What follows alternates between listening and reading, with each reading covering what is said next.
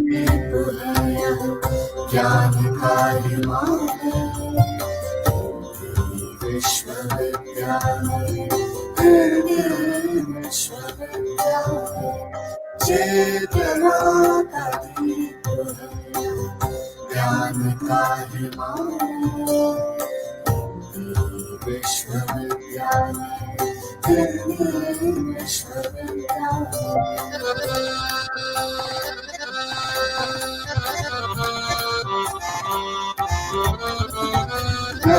धर्म और देशों की सीमाएं टूट रही, एक पाँव रख कर देखो सारा फूट रही। सत्य अहिंसा और शोध के, सत्य अहिंसा और शोध के सपनों का हिंदी विश्वविद्यालय, हिंदी विश्वविद्यालय, चेतना का दीप है ज्ञान का हिमालय, विश्वविद्यालय, हिंदी विश्वविद्यालय।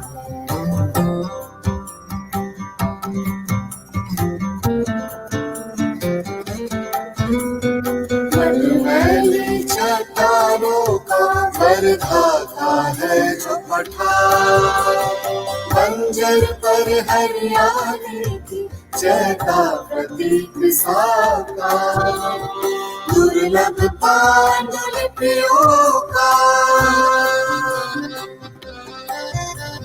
दुर्लभ पांडुलिपियों का यह अनुपम संग्रहार, हिंदी विश्वविद्यालय, हिंदी विश्वविद्यालय, चेतना का दीप है ज्ञान का हिमालय,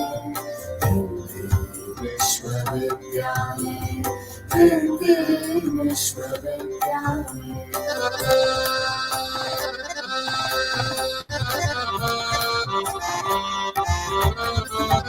विद्या बुद्धि मनीषा की इस तपोभूमि का ताप बने, चिंतन का आलाप बने, अपने दीपक आप बने, अंधकार के विरुद्ध है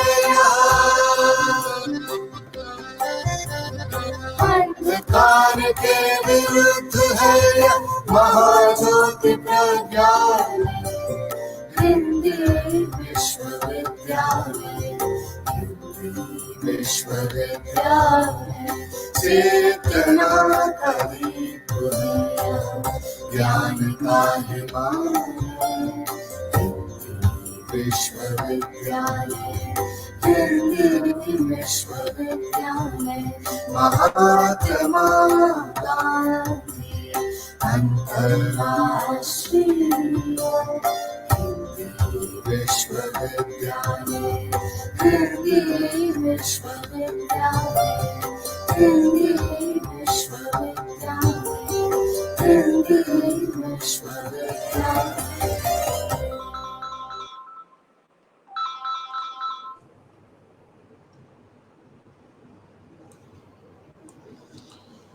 नमस्कार। महात्मा गांधी अंतर्राष्ट्रीय हिंदी विश्वविद्यालय वर्धा द्वारा परिकल्पित उत्प्रेरित एक नवाचारी उपक्रम है, अनुष्ठान है बोधिसत्व बाबा साहेब ई ज्ञान श्रृंखला, जिसका ज्ञान सुगंध से सराबोर 7वां पुष्प आज आप सबके समक्ष प्रस्तुत है।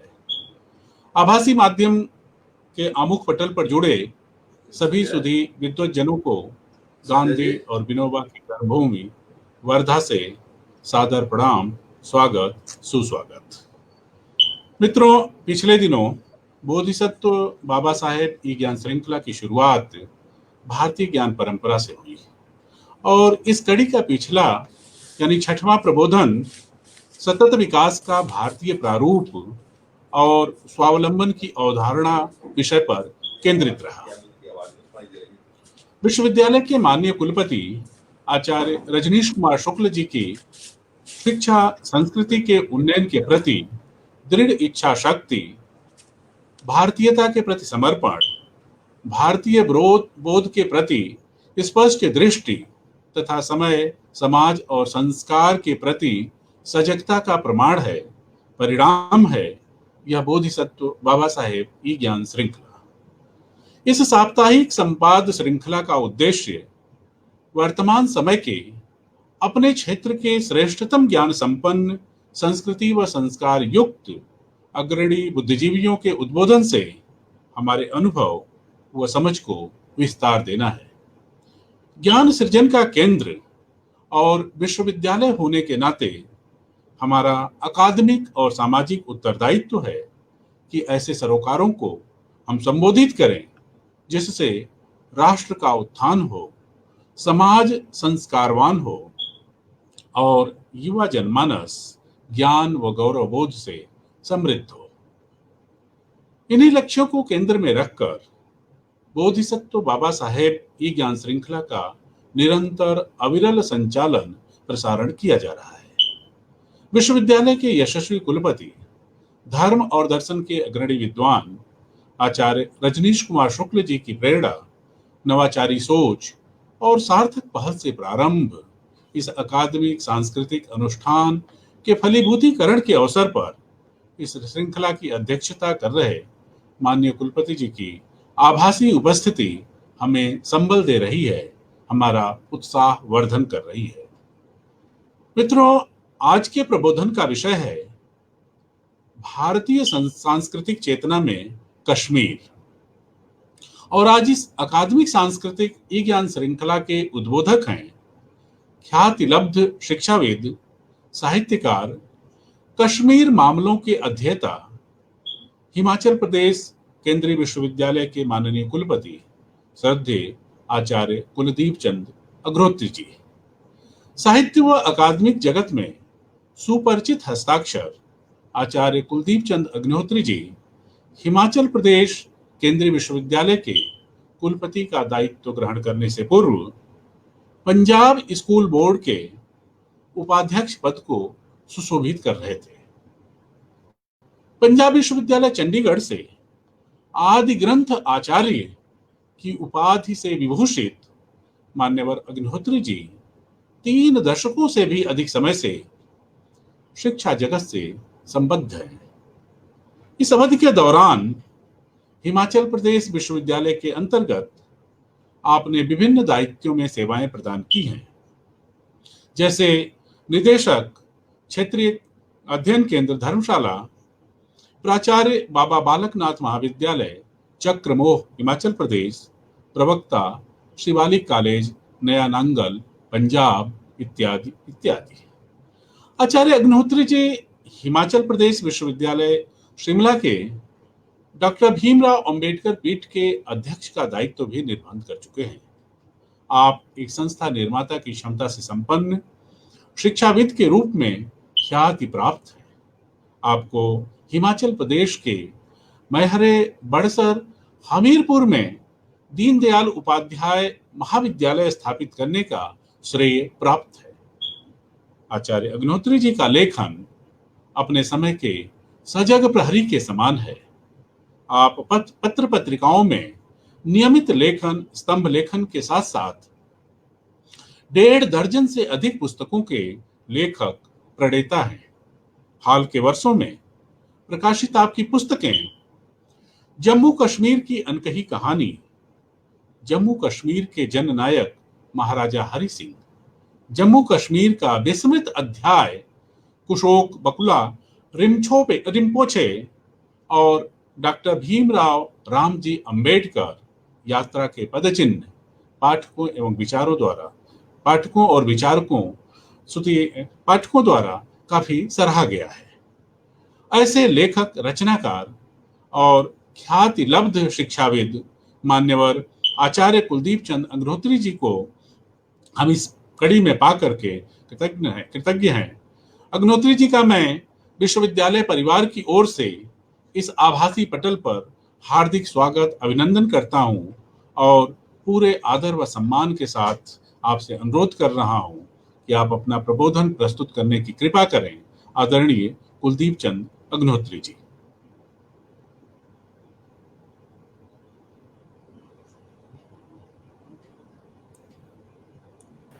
सर माइक म्यूट है आपका सर, अभी भी माइक म्यूट होने के कारण आवाज नहीं आ पा रही है। अब आ रही है? जी जी अभी आ रही है। अब आवाज आ रही है ना जी कि नहीं? जी आ रही आवाज, आ रही सर? हेलो, हाँ ठीक ठीक। आ रही है अनिल जी धन्यवाद। जी। मैं सबसे पहले तो महात्मा गांधी अंतर्राष्ट्रीय विश्वविद्यालय के कुलपति डॉक्टर शुक्ला जी का धन्यवाद करना चाहूँगा कि उन्होंने बाबा साहब आम्बेडकर के नाम से एक बहुत ही महत्वपूर्ण विचार श्रृंखला का शुरुआत विचार श्रृंखला की है और उस विचार श्रृंखला में समसामयिक विषयों का और ऐसे विषय जो दूर तक प्रभाव डालते हैं उनका चयन किया है। और विश्वविद्यालय के अन्य जो अध्यापक मित्र हैं, बहुत से मेरे परिचित हैं और बहुत से नाम से परिचित मैं उनका नहीं हूँ, उन सभी का भी धन्यवाद करना चाहूँगा कि वो इस विचार श्रृंखला से जुड़े हुए हैं। मेरे जनसत्ता के दिनों के साथी कृपा शंकर चौबे जी भी अंतर्राष्ट्रीय विश्वविद्यालय में ही पढ़ाते हैं। मैं उनको भी, अब जहाँ कहीं दिखाई तो नहीं दे रहे, शायद इस फ्रेम में इतने लोग दिखाई दे भी नहीं सकते, मैं उनको भी नमस्कार करना चाहूँगा। और मुझे पता चला है कि आजकल वो कश्मीर पर ही काम कर रहे हैं, तो उनको भी इसके लिए साधुवाद। प्रिय मित्रों, बाबा साहब आम्बेडकर का कश्मीर से जो प्रसंग जुड़ा हुआ है, मैं उसी से अपनी बात शुरू करूंगा, क्योंकि हमारा विषय है कि भारतीय सांस्कृतिक चेतना में, भारतीय चिंतन परंपरा में कश्मीर का क्या स्थान है, कश्मीर की उसमें क्या भूमिका है। मैं इसकी शुरुआत बाबा साहब आम्बेडकर से ही करूंगा।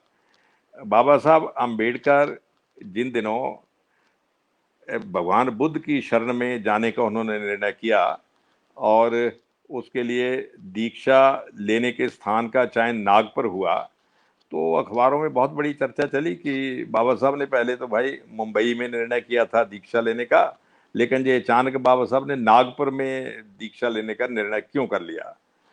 तो कुछ अखबारों ने लिखा, कुछ दूसरे लोगों ने चर्चा भी की कि इसका एक मोटा कारण तो है ही, जो सबके ध्यान में आता है कि नागपुर जो है वो राष्ट्रीय स्वयंसेवक संघ का बहुत बड़ा केंद्र है, तो बाबा साहब उसको चुनौती देने के लिए नागपुर में आए हैं।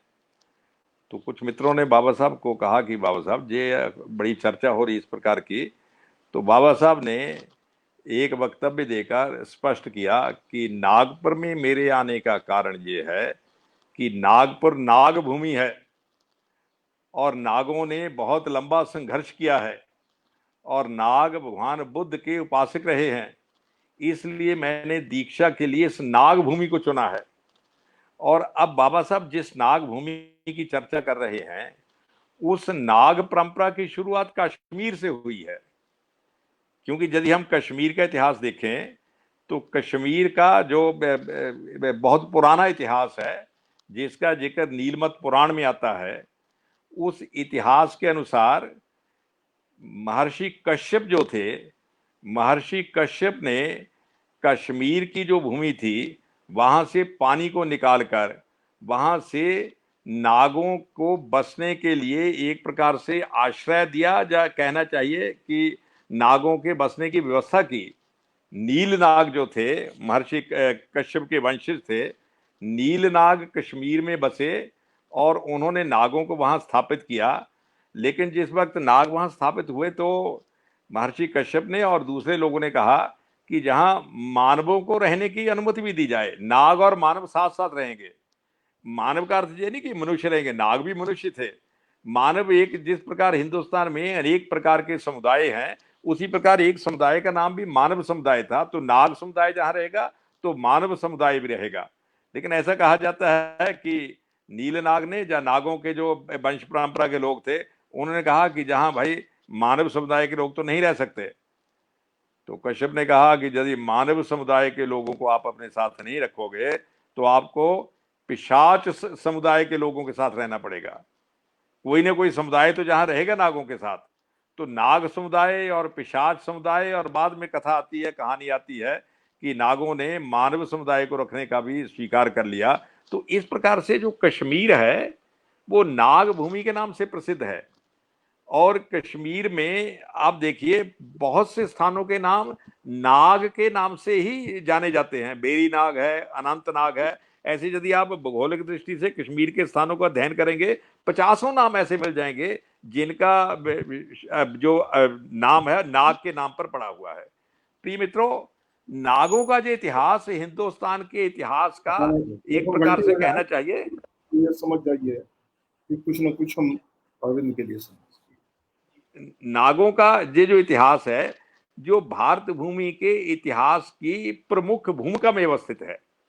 नागों के जो महापुरुष हैं उनमें से बहुत से तो लगभग पूरे देश में प्रसिद्ध हैं। बासुकी नाग हैं, शेष नाग हैं, तक्षक नाग हैं।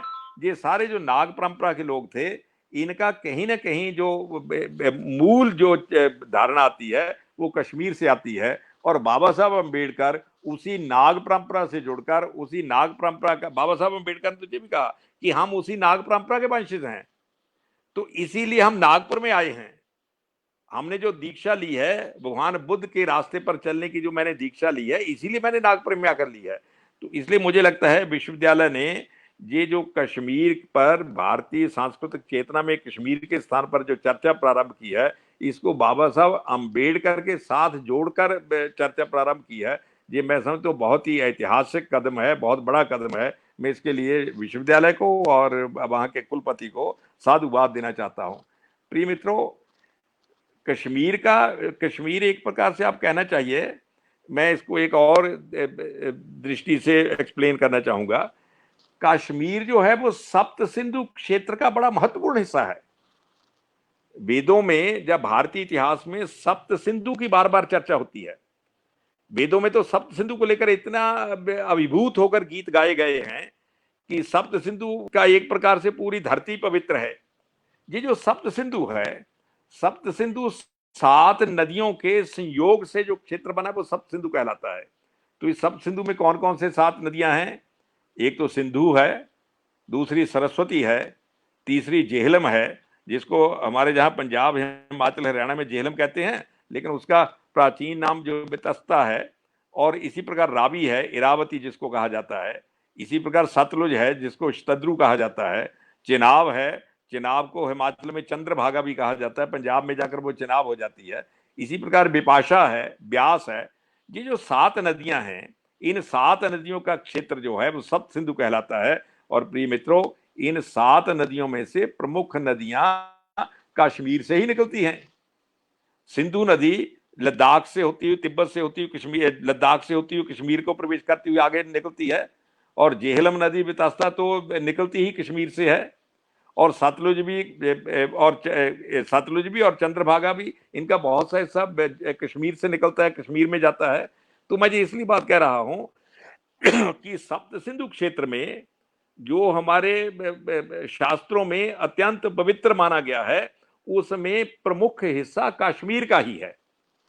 भौगोलिक दृष्टि से सप्त सिंधु क्षेत्र में आज का पंजाब, जो पूर्वी पंजाब कहलाता है, आज का पंजाब, आज का हिमाचल प्रदेश, आज का हरियाणा, आज का जम्मू, आज का कश्मीर, आज का लद्दाख, आज का गिलगित, आज का बल्तिस्तान और आज का सिंध जो आप पाकिस्तान में है, आज का बलोचिस्तान, आज का नॉर्थ वेस्ट फ्रंटियर प्रोविंस और पश्चिमी पंजाब जो पाकिस्तान में है, जो कुल क्षेत्र मिलाकर सप्त सिंधु कहलाता है। इस सप्त सिंधु की जो संस्कृति है उसमें कश्मीर की बहुत बड़ी भूमिका है। तो इसलिए कुल मिलाकर भारतीय संस्कृति में जो मैं समझता हूं प्रमुख भूमिका में कश्मीर स्थित है। संस्कृति के, देखिए, संस्कृति की जो एक प्रकार से तीर्थ यात्रा शुरू हुई, जो संस्कृति का एक प्रकार से आप कहिए कि उपोद्घात हुआ, वो कहां से हुआ? ये जो सिंधु घाटी की सभ्यता है, सरस्वती की सभ्यता है, ये सप्त सिंधु क्षेत्र का हिस्सा है और वो सिंधु कश्मीर का हिस्सा है। तो ये पूरा जो क्षेत्र भौगोलिक दृष्टि से जो एकात्म प्रदेश है, इसमें जो संस्कृति का सृजन हुआ, जो भारतीय संस्कृति है, एक्चुअली सप्त सिंधु की संस्कृति ही प्रचार प्रसार से आगे विकसित होती भारतीय संस्कृति के नाम से प्रसिद्ध हुई। और इस भारतीय संस्कृति में कश्मीर की प्रमुख भूमिका है। जैसे मैंने शुरू में कहा कि नाग परंपरा के कारण, और दूसरा सप्त सिंधु क्षेत्र की प्रमुख हिस्सा होने के कारण कश्मीर का इसमें बहुत बड़ा योगदान रहा है। तीसरा जो मैं कई बार बड़ा आश्चर्यचकित होता हूं, भारतीय काव्य शास्त्र की जो परंपरा है, संस्कृत के विद्वान हिंदी वालों से ज्यादा अच्छा समझते हैं, क्योंकि हिंदी में जो काव्य शास्त्र की परंपरा है वो संस्कृत से ही आई है।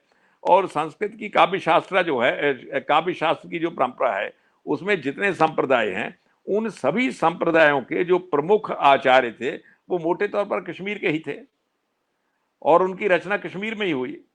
अभिनव गुप्त का नाम तो सबसे ज्यादा जाना जाता है। अभिनव गुप्त तो जो लगभग उनको हुए 1000 साल हो गए, और अभिनव गुप्त का नाम तो हिंदुस्तान को भी छोड़िए, अपने जो उनकी काव्य शास्त्र को लेकर धारणाएं थी उसके कारण वो विश्व भर में प्रसिद्ध हैं। तो इसी प्रकार काव्य शास्त्र के बाकी के जो आचार्य थे, उनका योगदान केवल हिंदी काव्य शास्त्र को नहीं, पूरे भारतीय काव्य शास्त्र को, मैं समझता हूं भारतीय काव्य शास्त्र की जो आधार भूमि है वो कश्मीर में ही रची गई है। तो प्रिय मित्रों, भारतीय काव्य शास्त्र भारतीय संस्कृति का बहुत बड़ा अंग है। तो उसका जो एक प्रकार से कहना चाहिए, उसकी शुरुआत कहिए, जो उसका विकास कहिए, जो उसका एक प्रकार से जिसका सौष्ठव कहिए, उसका बहुत बड़ा हिस्सा कश्मीर से ताल्लुक रखता है। और तीसरी जो मेरे ध्यान में एक बड़ी बात आती है, देखिए ये जो भगवान शंकर की आराधना है, जिसको शैव मत कहिए, शैव दर्शन कहिए, और भक्त के लिए केवल शंकर की आराधना है, और जो दर्शन शास्त्री है वो भक्ति से थोड़ा ऊपर उठकर दर्शन की गुत्थियां सुलझाता है, जिसको शैव दर्शन की गुत्थियां कहा जाता है। तो शैव दर्शन की गुत्थियां सुलझाने में कश्मीर की बहुत बड़ी भूमिका है। त्रिक दर्शन तो कश्मीर में ही विकसित हुआ ऐसा माना जाता है। कश्मीर का शैव मत जो है और दक्षिण भारत का जो शैव मत है उसमें बहुत बड़ी साम्यता है। और ऐसा भी कहा जा सकता है कि इधर से ट्रैवल होकर उधर गया, जब उधर से ट्रैवल होकर इधर आया, जब दोनों का संश्लेषण हुआ तो मोटे तौर पर देखिए, और शैव मत की जो जड़ें हैं वो सिंधु घाटी सभ्यता में मिलती हैं। सिंधु घाटी सभ्यता का कश्मीर भी अंग है। तो मैं ये सारी इसलिए कह रहा हूं कि भारत की संस्कृति की जो बॉटम लाइन है, जो आधार भूमि है, भारतीय संस्कृति की सांस्कृतिक चेतना की जो नींव है, उस नींव में कश्मीर की बहुत बड़ी भूमिका है। चाहे वो काव्य शास्त्र का क्षेत्र हो, चाहे वो एक प्रकार से कहना चाहिए कि इसका दर्शन का क्षेत्र हो, चाहे वो इतिहास का क्षेत्र हो, चाहे वो नाग वंश के प्रचार प्रसार का क्षेत्र हो, चाहे वो भारतीय सांस्कृतिक चेतना को नागों के योगदान का क्षेत्र हो, इन सभी क्षेत्रों में कश्मीर प्रमुख भूमिका में अवस्थित दिखाई देता है। प्रिय मित्रों, कश्मीर को तो हमारे यहां वैसे भी शारदा पीठ कहा जाता है। शारदा तो सरस्वती साधना का दूसरा नाम है। और पूरे हिंदुस्तान में, हिंदुस्तान भी क्यों, पूरे जम्बू द्वीप में जब सांस्कृतिक चेतना की हम बात करते हैं तो मैं समझता हूं उसको जम्बू द्वीप को आधार मानकर बात करनी चाहिए। क्योंकि जिन दिनों की हम बात कर रहे हैं उन दिनों पूरे जम्बू द्वीप में जो सांस्कृतिक चेतना प्रवाहित होती थी वो एक ही सांस्कृतिक चेतना थी। उसको भारतीय कहिए, जम्बू द्वीप की सांस्कृतिक चेतना कहिए। ये जो शारदा पीठ जिसका मैंने जिक्र किया, जाने सरस्वती साधना का जो केंद्र था, ये केवल हिंदुस्तान का केंद्र नहीं था, पूरे जम्बू द्वीप का सरस्वती साधना का जो केंद्र था, जो शारदा पीठ था, वो कश्मीर था। इसीलिए आज भी पूरे हिंदुस्तान में जब बच्चा पढ़ना शुरू करता है, जब पढ़ाई लिखाई शुरू करता है, जब स्कूल में जाता है, जब घर में पढ़ना शुरू करता है, तो शारदा पीठ की चर्चा होती है, शारदा की पूजा होती है, शारदा को नमन किया जाता है। और कई जगह तो कश्मीर की और मुंह करके उससे शारदा की चर्चा की जाती है। और कश्यप जो शारदा पीठ, जो पूरा कश्मीर जिसको शारदा पीठ के नाम से जाना जाता है, शारदा पीठ में शारदा जहां पढ़ने के लिए दुनिया भर से लोग आते थे। अभी भी बलोचिस्तान में जो हिंगलाज देवी का मंदिर है उसका बहुत सा कनेक्शन इसके कश्मीर से जुड़ा हुआ है। मारतंड मंदिर जो है, जो सूर्य मंदिर के नाम से प्रसिद्ध है एक प्रकार से, और दूसरे जो मंदिर है कश्मीर में, जो अब एक प्रकार से कहना चाहिए कि भग्नावस्था में है, काल प्रवाह के कारण, कुछ आक्रमणकारियों के कारण जो टूट चुके हैं, लेकिन वो सारे जो मंदिर हैं वो भग्नावस्था में भी अपनी कथा कहते हैं। इससे अंदाजा लगाया जा सकता है कि ये कश्मीर जो है ये पूरे भारत की सांस्कृतिक चेतना का आधार केंद्र था एक प्रकार से। आप कल्पना कीजिए, केरल से चलकर शंकराचार्य हिंदुस्तान के अलग अलग हिस्सों में गए, तो ऐसा माना जाता है कि शंकराचार्य कश्मीर में आए और कश्मीर में शंकराचार्य का स्थान बना हुआ है। कहां भाई, केरल बिल्कुल दक्षिण का जो लास्ट कोना है वो केरल, और कहां कश्मीर। तो शंकराचार्य जब बाकी हिंदुस्तान में घूम रहे थे तो कश्मीर में आए, क्योंकि वो जानते थे कि सरस्वती साधना का केंद्र।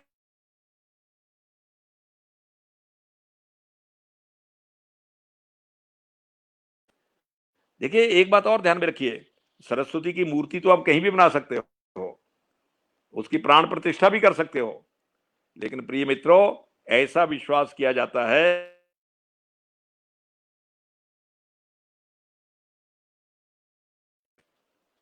यानी एक प्रकार से कहना चाहिए जो कश्मीर की धरती की गार्जियन डिटी है वो मां सरस्वती है।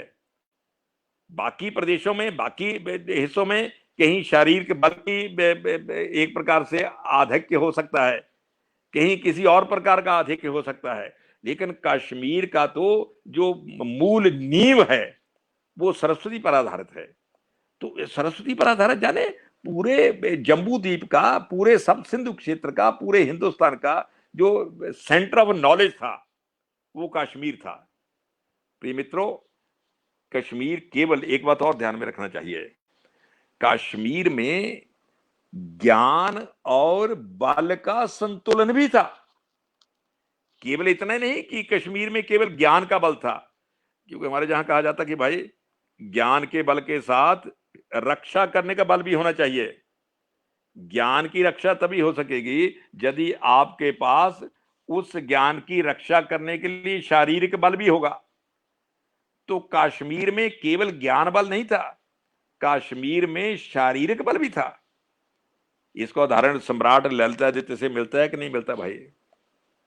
महाप्रतापी जो राजा हुए कश्मीर के, सम्राट ललितादित्य थे, जिनका साम्राज्य केवल कश्मीर तक सीमित नहीं था, वो कन्नौज तक फैला हुआ था, और जिनके शारीरिक बल की इतनी जिनके शारीरिक बल जाने वो खुद फिजिकली तगड़े थे, मैं इस बात की ये बात नहीं करता, खुद तो जितने होंगे मैं, लेकिन उनके साम्राज्य की, उनके राज्य की इतनी ताकत थी कि कोई शत्रु कश्मीर तो छोड़िए हिंदुस्तान की ओर से और मुंह उठाकर देखने की हिम्मत नहीं कर पाता था। ये जो 712 में अरबों ने इस पर सिंध पर हमला किया, मोहम्मद बिन कासिम की जो सेना आई, अरबों की सेना मोहम्मद बिन कासिम के नेतृत्व में सिंध पर आई और सिंध पर उन्होंने आक्रमण किए। जो 712 के आसपास की घटना है, और सिंध के लोग बड़ी बहादुरी से लड़े, लेकिन परास्त हुए, कुछ अपने लोगों के धोखे के कारण, कुछ और भी कारण रहे होंगे। इस धोखे का जिक्र बाबा साहब अम्बेडकर ने किया है भाई। आप लोगों ने क्योंकि श्रृंखला ही बाबा साहब अम्बेडकर के नाम पर रखी है, इसलिए मुझे बाबा साहब अम्बेडकर का स्मरण करना पड़ रहा है। बाबा साहब अम्बेडकर ने जो बात कही कि हमारे हिंदुस्तान में जो विदेशी आक्रमणकारी सफल होते रहे, उसका एक बड़ा कारण ये था कि अपने लोग ही विश्वासघात करते रहे। सिंध में जब मोहम्मद बिन कासिम ने हमला किया तो राजा दाहर ने और उसके पूरे परिवार ने, उसकी सेना ने बड़ी बहादुरी से सामना किया, लेकिन अपने लोगों ने धोखा किया, वो परास्त हो गए। लेकिन जो मैं असली बात जिसकी चर्चा करना चाहूंगा, सिंध की इस लड़ाई को लेकर चचनामा में बहुत जिक्र आता है। उसमें एक जगह उन्होंने कहा, जब दाहर सेन परास्त हो गए तो सिंधियों ने कहा कि हमें तो परास्त कर दिया, हमारे अपने लोगों ने धोखा किया, कारण जो मर्जी हम परास्त हो गए, लेकिन अब जब तुम्हारी अरब सेना कश्मीर से, सिंध से कश्मीर की ओर जाएगी तो वहां तुम्हारा मुकाबला ललितादित्य से होगा, फिर तुम्हें पता चलेगा कि हिंदुस्तान क्या है और अरब क्या है, और तब तुम्हें दिन में तारे दिखाई देंगे। इसका अर्थ क्या हुआ भाई? उसने, मोहम्मद बिन कासिम ने कश्मीर पर हमला किया ही नहीं, लेकिन असली बात लोक आस्था में, लोक विश्वास में ये बात जमी हुई थी कि सिंध को हरा दिया कोई बात नहीं, लेकिन आगे ललितादित्य बैठा है, कश्मीर का ललितादित्य बैठा है। कश्मीर का ललितादित्य 1 अरब क्या 10 अरबों को हरा सकता है। इससे अंदाजा लगाइए कि कश्मीर का साम्राज्य कितना बलशाली था, कितना शक्तिशाली था। प्रिय मित्रों, कश्मीर का ये जो देखिए ज्ञान की और ताकत की जो दूसरी ताकत है, रक्षा करने वाली ताकत है, दोनों का समन्वय होना चाहिए, इसका उदाहरण कश्मीर है। लेकिन दुर्भाग्य से ये जो कश्मीर हिंदुस्तान की सांस्कृतिक चेतना का उत्स रहा है, हिंदुस्तान की जो कहना चाहिए सप्त सिंधु क्षेत्र की सांस्कृतिक चेतना का उत्स रहा है, और जो एक प्रकार से सरस्वती का केंद्र रहा है, जिसने अनेक उतार चढ़ाव देखे हैं, तो कश्मीर की स्थिति कालक्रम से गड़बड़ा क्यों गई, इसको समझे बिना हम इस विषय पर आगे नहीं बढ़ सकते। कश्मीर में जो आज परिवर्तन दिखाई दे रहा है, इस परिवर्तन को ध्यान में रखकर हमें इस बात पर चर्चा करनी होगी कि आज भी कश्मीर क्या अपनी मूल सांस्कृतिक धारा से जुड़ा हुआ है या नहीं है। क्या आज भी कश्मीर के मानसिकता में वही धारा प्रवाहित हो रही है जो नहीं हो रही है, जो सैकड़ों हजारों वर्षों से इन कंटिन्यूटी वहां चली हुई थी। ये प्रश्न बड़ा विवादास्पद है।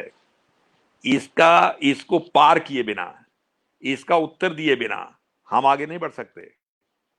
बाबा साहब अम्बेडकर ने भी इसका उत्तर देने का प्रयास किया था। बाबा साहब अम्बेडकर को थोड़ा ध्यान से पढ़ी तो उसमें अनेक स्थानों पर छोटे छोटे प्रसंग मिल जाएंगे। प्रत्यक्ष अप्रत्यक्ष रूप से बाबा साहब अम्बेडकर भी इसका उत्तर देने का प्रयास करते हैं। लेकिन प्रिय मित्रों, इस जो कश्मीर का आज की जो स्थिति है, और मैं ये मानकर चलता हूं कि आज भी कश्मीर में उसी सांस्कृतिक चेतना का प्रवाह हो रहा है। वो ऊपर से शायद दिखाई नहीं दे रहा, लेकिन भीतर जैसे होता कई बार चिंगारी हो आग की, उस पर राख पड़ जाती है, लेकिन राख के नीचे वो चिंगारी सुरक्षित रहती है। लेकिन उसको देखने के लिए एक प्रकार की दृष्टि चाहिए जो राख को भेद सके, एक्सरे जिसको दृष्टि कहा जाता है, जो भेद कर अंदर देख सके। बहुत से लोग उस दृष्टि से भेद कर देख नहीं पाते, इसलिए वो चिल्लाना शुरू कर देते हैं कि कश्मीर में तो स्थिति देखें, ये कश्मीर तो एक प्रकार से बिल्कुल गड़बड़ हो गया है। प्रिय मित्रों, कश्मीरियों ने इस सांस्कृतिक चेतना के मूल स्रोतों की रक्षा के लिए बहुत संघर्ष किया और अभी भी कर रहे हैं। मैं थोड़ा इतिहास में पीछे जाना चाहूंगा। ये जो लगभग 14वीं शताब्दी के शुरुआत के जो 40 वर्ष थे, वो कश्मीर की हिस्ट्री में मोस्ट इंपॉर्टेंट ईयर थे। उन 40 वर्षों को जाने बिना आप कश्मीर के आज की समस्या को नहीं समझ सकते। वो 4 दशक जो थे, 14वीं शताब्दी के शुरू के जो 4 दशक थे, वो दशक क्यों इंपॉर्टेंट है भाई? क्योंकि अरबों में जो एक नया पंथ शुरू हो गया था, जिसको सेमेटिक पंथ कहा जाता है, सामी पंथ कहा जाता है, जिसका अर्थ है कि जो मैं कहता हूं वो ही ठीक है, जो मैं कह रहा हूं वो सत्य है, और या तो आप उसको स्वीकार करो या कॉन्सिक्वेंसेस भुगतने के लिए तैयार रहो। ये जो पंथ चला, संप्रदाय चला, ये मध्य एशिया को रौंदता हुआ हमारे भारत की सीमा पर भी पहुंचा। 712 में तो जैसे मैंने जिक्र किया, मोहम्मद बिन कासिम आया और उसने सिंध के बहुत से इलाके पर कब्जा किया, लेकिन भारतीयों ने उसको 300-400 साल आगे नहीं बढ़ने दिया, केवल सिंध पर ही रहा। लेकिन 1000 के आसपास जब 1000 हुआ तो मध्य एशिया तब तक कन्वर्ट हो गया था। तो मध्य एशिया से जो आक्रमण हुए, उन्होंने हिंदुस्तान के सीमांत को एक प्रकार से मतांतरित कर लिया था। ये गिलगित, ये बल्तिस्तान, ये मतांतरित हो गए थे, और ये सीमा के कुछ और हिस्से भी, लेकिन कश्मीर अभी मतांतरित नहीं हुआ था। और प्रिय मित्रों, उन दिनों कश्मीर में लोहारा वंश का शासन था। लोहारा वंश के सहदेव वहां राज्य करते थे। कश्मीरियों की एक और खूबी है, कश्मीरी स्वयं संकट में भी हो अतिथि का सत्कार बहुत करते हैं। वैसे तो ये पूरे हिंदुस्तान की खूबी है, ये पूरे जम्बू द्वीप की खूबी मानी जा सकती है। आप हिंदुस्तान के किसी हिस्से में चले जाइए, अतिथि सत्कार की परंपरा बहुत पुरानी, ये तो हिंदुस्तान का एक प्रकार से मोटो बना हुआ है। असम में तो मैं कई बार जाता हूं तो लोग कहते हैं कि साहब आप किसी के भी दरवाजे पर खड़काइए, चाहे आपने यही पूछना हो कि भाई साहब ये सड़क कहाँ को जाती है, आपने दरवाजा खटखटाया नहीं, वो दरवाजा खोलेगा, आपको ये पूछेगा ही नहीं कि कौन हो, क्या काम है, आइए बैठिए। उसके बाद पानी देगा, पान देगा, सुपारी देगा, जब आप ले लेंगे उसके बाद पूछेगा भाई साहब कौन हो और क्या काम है। आप बताते कि मैं तो सड़क पूछ रहा था, ये सड़क कहाँ को जाती है। इतना अतिथि सत्कार हिंदुस्तान के सिवा और कहीं नहीं मिलेगा। कश्मीर तो इससे भी बड़ा अतिथि सत्कार वाला प्रदेश था। सहदेव जब राजा थे तो सहदेव के राज्यकाल में 3-4 लोग आए, और वो कौन लोग आए? एक तो ये रजौरी के आसपास से, रजौरी के लोग बहुत से मतांतरित हो चुके थे, रजौरी के आसपास से एक सज्जन आए शाह मीर के नाम से, वो कश्मीर में आए और राजा ने उनको भी, बारामूला साइड से आएंगे, उनको भी जागीर दे दी कि रहिए। राजा ने इंक्वायरी नहीं की थी किस पर्पज के लिए आया, क्या बात है क्या नहीं है। एक दूसरे गिलगित साइड से आए, चक्र समुदाय के जो लोग हैं वो क्षत्रिय माने जाते हैं, लड़ने बढ़ने वाले लोग होते हैं, उन्होंने भी शरण मांगी, राजा ने उनको भी शरण दी, केवल शरण ही दी, जागीर भी दे दी कि इसमें जो होता खाइए। और एक तीसरे सज्जन आए, वो लद्दाख से आए, रिंचन का अपने परिवार से कोई झगड़ा हुआ होगा, जो भी हुआ, मैं उस बहस में नहीं जाता, लेकिन रिंचन वहां से भाग कर आए और वहां जो सहदेव के सेनापति थे रामचंद्र से, उसके पास गए, उसको भी शरण मिली। तो ये जो एक और सज्जन आए, वो भी सहदेव के कार्यकाल में आए, वो फारस और अरब से आए थे, बुलबुल शाह सैयद थे। उधर वहां से संकट पड़ा होगा तो कश्मीर की ओर चल पड़े, बुलबुल शाह जहां पहुंच गए, उनको भी शरण दी कि आप भी रहिए। तो ऐसे चाणक्य कहता है कि राजा को शरण देने से पहले थोड़ा इंटेरोगेट कर लेना चाहिए। लेकिन कश्मीर के लोग तो अतिथि सत्कार के पारंगत हैं, और ये चारों लोगों को शरण दी। और प्रिय मित्रों, संकट काल में चारों ने धोखा दिया। दुलचा का आक्रमण हुआ, जो मुगल था उसने कश्मीर को रौंदा और सहदेव भाग गए। मैं लंबी कहानी नहीं सुनाऊंगा, सहदेव भाग गए। उसके बाद रिंचन का राज्य हो गया, और रिंचन का विश्वास पात्र शाह मीर था, और रिंचन बुद्ध मत को मानने वाले थे। बाद में कथा कहानियां उड़ गई कि रिंचन इस्लाम में चले गए थे। रिंचन की पत्नी का नाम कोटा रानी था, और शाह मीर उनका मंत्री था। शाह मीर रिंचन के बेटे को हैदर खान कहता था। खान मंगोल में राजा को कहते हैं कि मेरे राजा का बेटा हैदर खान राजा है जे भी। और लोगों ने कहा कि उसके बेटे को हैदर खान कहता था, इसलिए उसका बेटा मुसलमान बन गया था। भाई शाह मीर तो अपनी भाषा में कहेगा, बेटे का नाम लेकर पुकारेगा। और कोटा रानी से सहदेव की शादी हुई, और सहदेव की बाद में मृत्यु हुई, और सहदेव भाग लिए, और कोटा रानी का शासन हुआ। और यदि रिंचन की शादी हुई कोटा रानी से, और रिंचन का शासन हुआ, यदि रिंचन मुसलमान बन गया होते तो कोटा रानी क्यों ना मुसलमान बनती, वो अपनी पत्नी को मुसलमान ना बनाता। लेकिन कोटा रानी मुसलमान नहीं बनी। रिंचन की डेथ के बाद कोटा रानी महारानी बनी, और कोटा रानी का विश्वासघात करके शाह मीर ने उसकी हत्या कर दी, और शाह मीर राजा बना। प्रिय मित्रों, चक और शाह मीर इकट्ठे हो गए। ये शाह मीर वंश जो था, इसकी कश्मीर में राजसत्ता आई। और मैं समझता हूं ये जो चारों लोग जिनको सहदेव ने शरण दी थी, इन चारों लोगों ने सहदेव के साथ, कश्मीरियों के साथ धोखा किया और वहां अपने शासन की प्रस्तावना की। लेकिन जो मैं असली बात कहने वाला हूं, जिसका जो कश्मीर की आज की समस्याओं से ताल्लुक रखता है, तो शाह मीर ने कश्मीरियों को मतांतरित करने की कोशिश की। शाह मीर 200 साल राज्य रहा शाह मीर के वंशज का, लेकिन शायद इतना कर नहीं पाए। लेकिन शाह मीर और उनके वंशजों के खोपड़ी में एक बात घूमती रहती थी, क्योंकि शाह मीर के बारे में तो ये भी कहा जाता है कि वो महाभारत के अर्जुन के वंशज थे, ऐसा बहुत सी किताबों में मिलता है। लेकिन वो थे या नहीं थे, इस बहस में नहीं पढ़ना चाहिए। लेकिन वो अंत में मतांतरित हो चुके थे। लेकिन मैं जिस बात की चर्चा कर रहा हूं, जब ये शाह मीर का शासन शुरू हुआ और 200 साल तक उनके वंश का शासन रहा, उन्होंने मतांतरण होने के कारण अपने पुरोहित तो छोड़ दिए थे, त्याग दिए थे। अब नए पुरोहित उनको मिल नहीं रहे थे। उधर कमबख्त तैमूर लंग ने, क्योंकि मध्य एशिया के लोग भी इस्लाम में चले गए थे, तो मध्य एशिया में तुर्क और मंगोल सशक्त थे, वो मतांतरित तो हो गए, लेकिन अब उनमें जो ताकत आई, उन्होंने अरबों और सैयदों को तारे दिखा दिए। हिस्ट्री में आता है कि तैमूर लंग ने फारस पर जब कब्जा किया, फारस देश पर, तो उन्होंने सैयदों को पकड़ा, सभी को, उनको कहा जे ऐलान करो कि आगे से इस्लाम का खलीफा जो है वो तैमूर लंग होगा, तुर्क होगा। अब भाई सैयद कैसे ये बात कह सकते थे? उन्होंने कहा साहब हम तो अली के वंशज हैं, इस्लाम में तो हम सबसे ऊंचे खलीफा तो हम हैं, और आप अपने आप को खलीफा कह रहे हो। उसने कहा मानते हो या नहीं मानते? तैमूर लंग ने सैयदों का बीज नाश करने की कोशिश की, तो वहां से सैयद भागकर कश्मीर में आए। उन जो सैयद कश्मीर में भागकर आए, शाह मीर के वंश के जो लोग राज्य कर रहे थे, वो पुरोहित विहीन हो चुके थे। अब उनको लेजिटिमेसी चाहिए थी।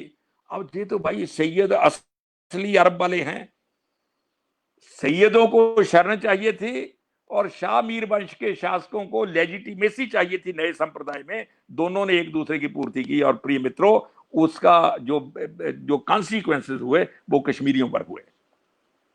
कश्मीरियों को बलपूर्वक, जो सुल्तान सिकंदर जो थे, जिसको बुत शिकन कहा जाता है, वो इन्हीं सैयदों के प्रभाव में आकर बुत शिकन हुए।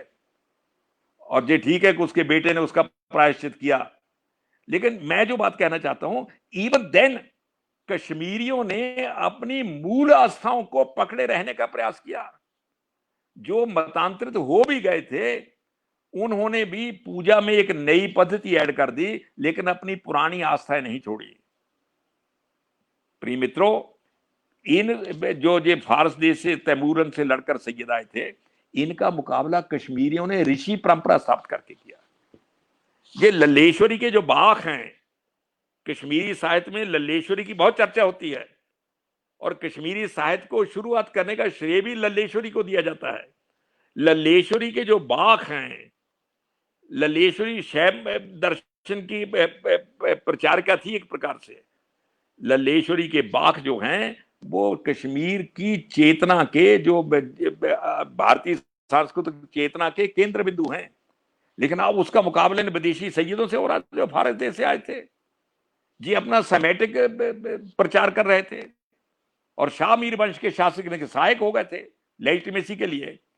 लेकिन प्रिय मित्रों, कश्मीरियों ने इसके पैरेलल ऋषि परंपरा शुरू कर दी।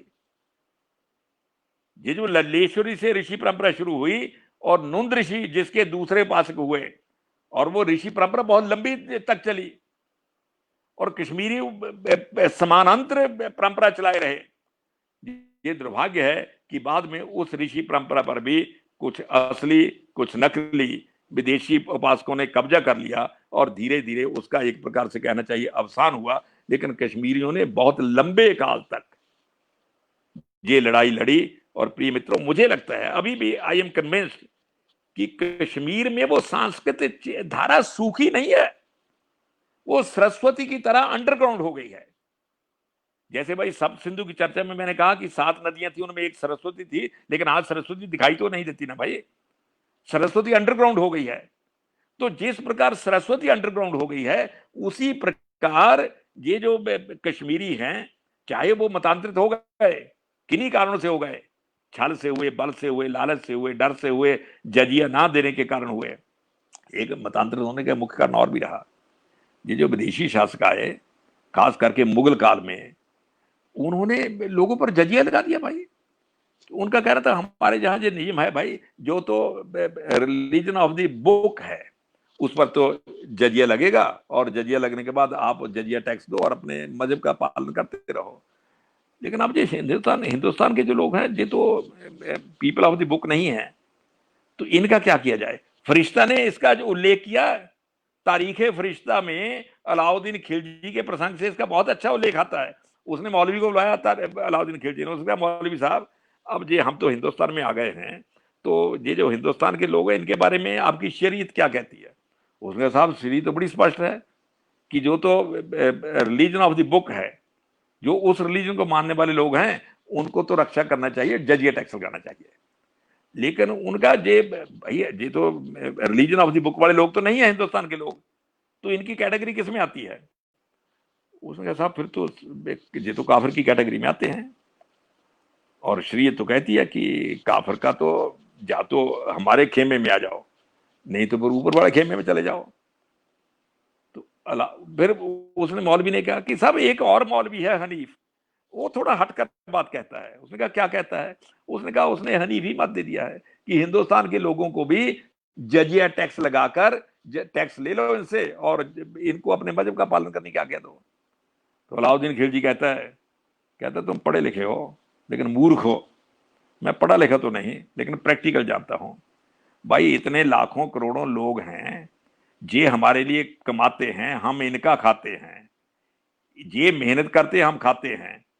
जो ये हजारों की संख्या में मध्य एशिया से जो फौजें आई हुई हैं, इनको कौन खिलाता है? यही लोग खिलाते हैं। लेकिन मैंने जजिया लगाकर इनकी इतनी आर्थिक दुर्दशा कर दी है कि ये विद्रोह करने की सोच ही न सके।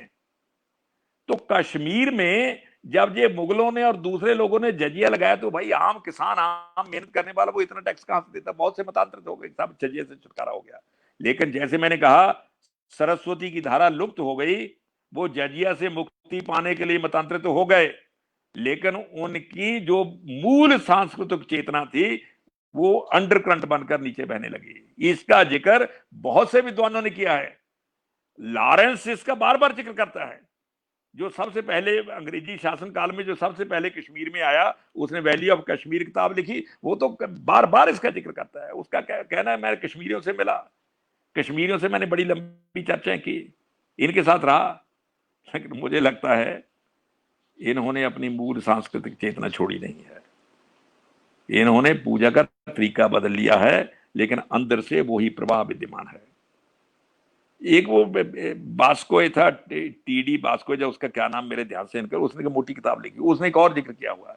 उसने कहा कश्मीरी सैयद फारस देश के जो बाहर से आए हुए सैयद उसके साथ मिल गए, शाह मीर वंश शासकों के साथ, चक शासकों के साथ, और मिलकर इस प्रकार का सारा किया। लेकिन उसने कहा कश्मीरियों ने सैयदों को, ये बाहर से जो सैयद आए थे, इनके दर्शन को मन से कभी स्वीकार नहीं किया। उसका कारण था कश्मीर तो, जैसे मैंने कहा भाई, कश्मीर तो सरस्वती की भूमि है एक प्रकार से।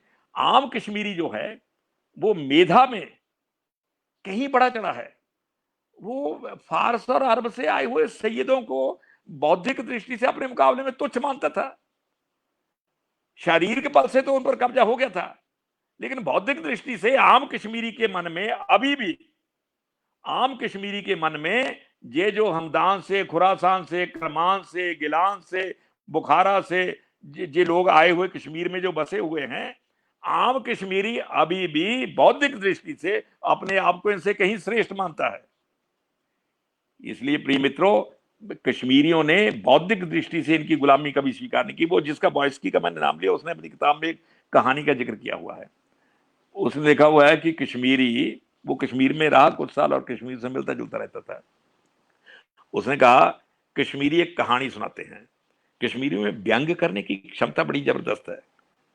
कश्मीरी जो कोई ऐसी बात कहना चाहते हैं जैसा उनको लगे कि सामने वाला बुरा ना माने और हमें नुकसान भी ना दे, वो फिर अपनी शैली से वो बात कहते हैं। उनका जो बात करने का स्टाइल है वो मैसेज भी पहुंचा देता है और सामने वाले को पता भी नहीं चलता।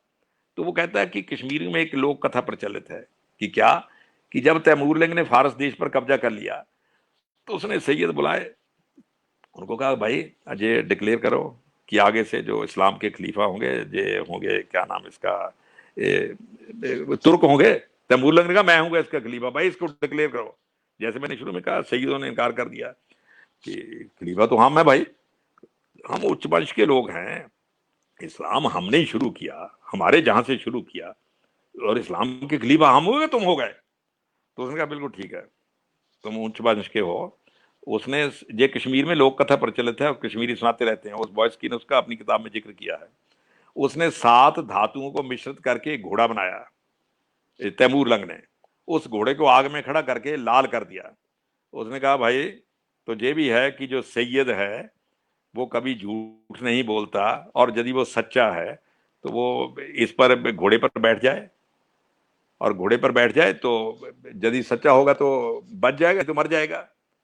ये सारा ड्रामा क्यों हुआ घोड़े बार बनाने वाला, इसके पीछे उसने एक कथा का जिक्र किया है कि तैमूरलंग को आदत थी, वो रात को भेष बदलकर घूमता था अपनी प्रजा का हाल जानने के लिए। तो एक बार वो घूम रहा था तो एक घर से बच्चों के रोने की आवाज आई, आधी रात का समय था। तो उसने कान लगाकर सुना कि भाई क्या कहता है। तो माँ, जो बच्चों की माँ थी, वो अपने पति से कह रही कि तुम भाई करते धरते कुछ नहीं और भूखा मरते हैं बच्चे, तुम और कुछ नहीं कर सकते, भीख ही जाकर मांग लाओ ताकि बच्चों का पेट तो भरे। उसने कहा भाई अब तुम अजीब बात करती हो, मैं भीख मांगूंगा। उसने कहा फिर बच्चे मर रहे हैं। तो तैमूरलंग को तरस आया, तो उसने सोने के 2 सिक्के आंगन में फेंक दिए। तो सुबह वो लोग जागे होंगे तो सारे सोने के सिक्के पड़े मिले। तो फिर तो सोने का क्या मुकाबला भाई, फिर तो धन धान्य हो गया। तो आसपास सैयदों के घर थे, उन्होंने देखा कि जैसा कल भूखा मरता था ईरानी और आज इतना पैसा है, उनका जरूर इसने हमारे घर में चोरी की होगी। तो उन्होंने नालिश कर दी तैमूरलंग के दरबार में ही। राजा तो तैमूरलंग थे कि साहब इन लोगों ने, इन ईरानियों ने चोरी की है और हमारा माल चुराया है, इसलिए ये भूखा मरता था, अब इतना धन धान्य है। अब तैमूरलंग ने तो खुद ही सोने के सिक्के फेंके थे। उसने कहा भाई तुम्हें पक्का यकीन है कि तुम्हारे घर चोरी हुई है? उसने कहा साहब और कहा, ये तो पक्का यकीन का हमारे हुई है, इसने हमारे पैसे चुराए हैं। अब वो बेचारा कहे जिसके सोने, उसने कहा जी मैंने पैसे क्यों चुराने थे, मेरे तो रात को 2 सोने के सिक्के जब मैं सुबह जागा तो पड़े हुए थे, अब मुझे नहीं पता किसके थे किसके नहीं थे, मैं तो ले आया। तो तैमूरलंग ने कहा भाई दोनों में से एक ही झूठ बोलता होगा, पहले तुम्हारी परीक्षा कर लेते हैं, जो कहते हो हमारे घर में चोरी हुई है। तब उसने 7 धातुओं को मिश्रित करके घोड़ा बनाया, उस घोड़े को आग में लाल किया। उसने कहा ऐसा है यदि तुम सच बोलते तो इस पर बैठ जाओ, और सच बोलोगे फिर नहीं मरोगे।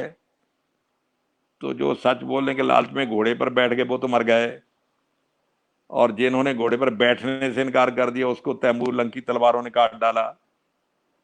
और कुछ जान बचाते हुए भागते हुए कश्मीर पहुंच गए। तो कश्मीर में पहुंचकर उन्होंने शाह मीर वंश के राजाओं से मिलकर, जैसे मैंने कहा राजाओं को लेजिटिमेसी चाहिए थी, राजाओं से मिलकर कश्मीरियों को गर्दन उनकी पकड़ी। लेकिन मैं जो बात, ये कश्मीरी आखिर कथा क्यों सुनाते हैं? क्योंकि कथा तो 100% झूठी होगी, इसको मैं सच नहीं मानता। क्योंकि तैमूरलंग रात को अपनी प्रजा का हालचाल पूछने के लिए भेष बदलता होगा, इसको कौन विश्वास कर सकता है? तैमूरलंग तो इतना अत्याचारी और निर्दयी था, वो इस कथा पर कोई विश्वास नहीं कर सकता।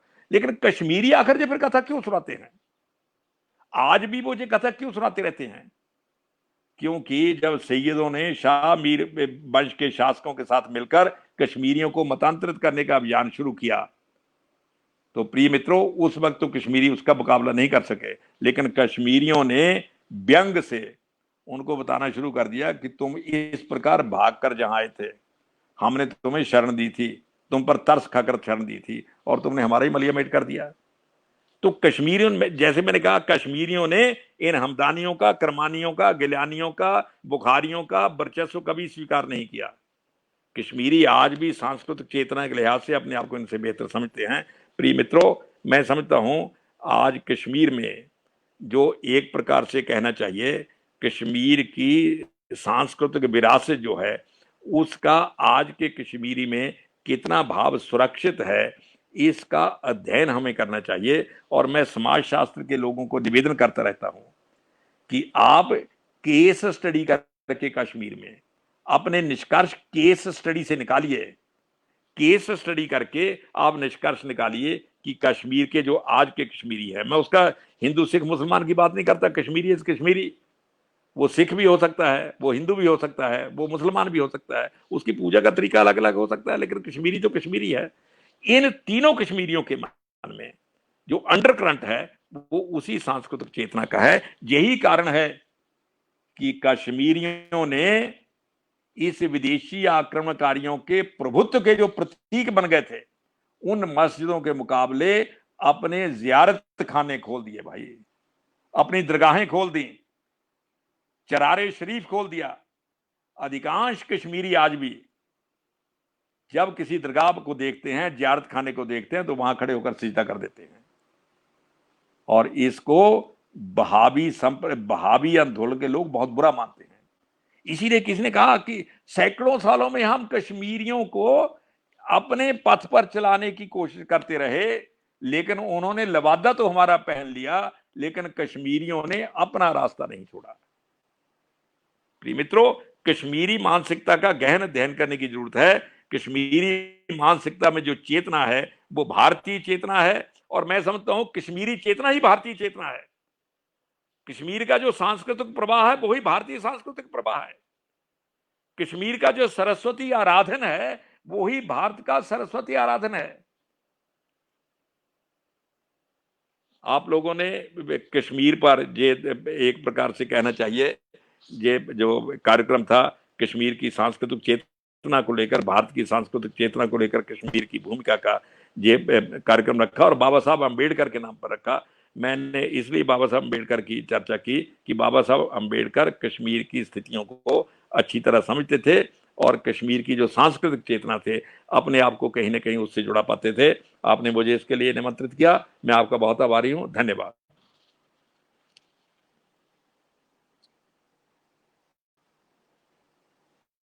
और इतिहास दृष्टि से परिपूर्ण हृदय स्पर्शी प्रबोधन के लिए श्रद्धेय अग्निहोत्री जी को सादर साधुवाद। अब मैं महात्मा गांधी अंतर्राष्ट्रीय हिंदी विश्वविद्यालय के यशस्वी कुलपति, धर्म और दर्शन के अग्रणी विद्वान आचार्य रजनीश कुमार शुक्ल जी से बड़े आदर और सम्मान के साथ अनुरोध कर रहा हूं कि वह अध्यक्षीय उद्बोधन प्रदान कर हमें अनुग्रहित करें।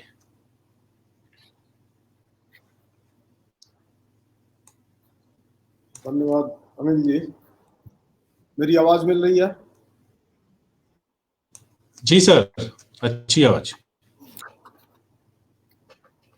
सबसे पहले तो एक बात मुझे कहनी है कि इस 7वें व्याख्यान में ऐसी स्थिति आई है कि व्याख्यान ने ही कश्मीर को लेकर के, कश्मीर की चेतना को लेकर के, कश्मीर से की चेतना जो संपूर्ण भारत में प्रकाशित है उसको लेकर के जो संशय होते थे, प्रश्न उठते थे, उनका इस ढंग से प्रत्याख्यान किया है, इस ढंग से उनको प्रकाशित किया है कि सब निर्भ्रांत हो गए। से आचार्य कुलदीप जी जो भारत का विद्या कुल है उसके दीपक है, और कुलपति के दायित्व में जो लोग हैं मेरे जैसे, वो तो इनके आलोक में ही अपना रास्ता खोजते हैं। ये स्वाभाविक तौर पर ये जो कुलपतियों का कुल है उसके स्वाभाविक अध्यक्ष की भूमिका में होते हैं। तो फिर आप कल्पना कर सकते हैं कि ऐसे व्यक्ति का, और कश्मीर के बारे में मैं तो कहता हूं कि अगर विश्वकोश न मिल रहा हो तो कुलदीप जी का फोन नंबर कश्मीर के संबंध में पर्याप्त है। शायद विश्वकोश में जो न होगा वह भी अगर कहीं से प्राप्त होने वाला है तो कुलदीप जी से प्राप्त होगा। ऐसे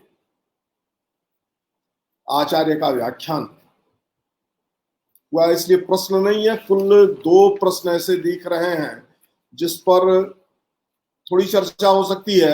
एक प्रश्न का वैसे उत्तर कुलदीप जी ने कश्मीर का ऐतिहासिक विकास क्रम और किस प्रकार से कश्मीर में विविध कालखंडों में परिवर्तन आया है इसकी चर्चा करते हुए दिखाया था।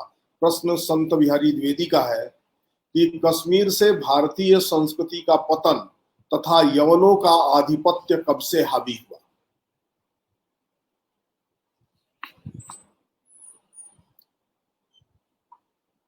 मेरी आवाज मिल रही है?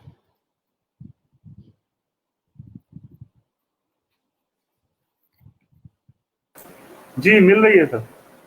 अग्निहोत्री जी को मिल रही है मेरी आवाज? म्यूट है आप? हाँ डॉक्टर साहब अब आ रही जी, बीच में कट गई जी। तो 3 प्रश्न है हमारे पास। मैं एक एक करके प्रश्न बताऊं या इकट्ठे बता दूं और तीनों का उत्तर आप इकट्ठे कर देंगे? एक प्रश्न है, पहला प्रश्न है संत बिहारी द्विवेदी जी का कि कश्मीर से भारतीय संस्कृति का पतन तथा यवनों का आधिपत्य कब से हावी हुआ। आपने स्पष्ट तो कर दिया कि भारतीय संस्कृति का पतन कभी कश्मीर में हुआ नहीं है, तथापि अगर आप चाहें तो इसको बहुत संक्षेप में इसको स्पष्ट कर सकते हैं। दूसरा प्रश्न है आरती डॉक्टर तेलगोटे साहब का, प्रश्न सुनाई नहीं दे रहे, आप मुझे फोन पर बता दो तो मेरे ख्याल में मुझे पता चल जाएगा जी। जहां तो अभी आवाज आ नहीं रही जी, आ रही तो कट कट कर आ रही जी। मैं स्क्रीन पर भेज देता हूं। हाँ, अब भी बस केवल ध्वनियां गूंज रही हैं जी। जी,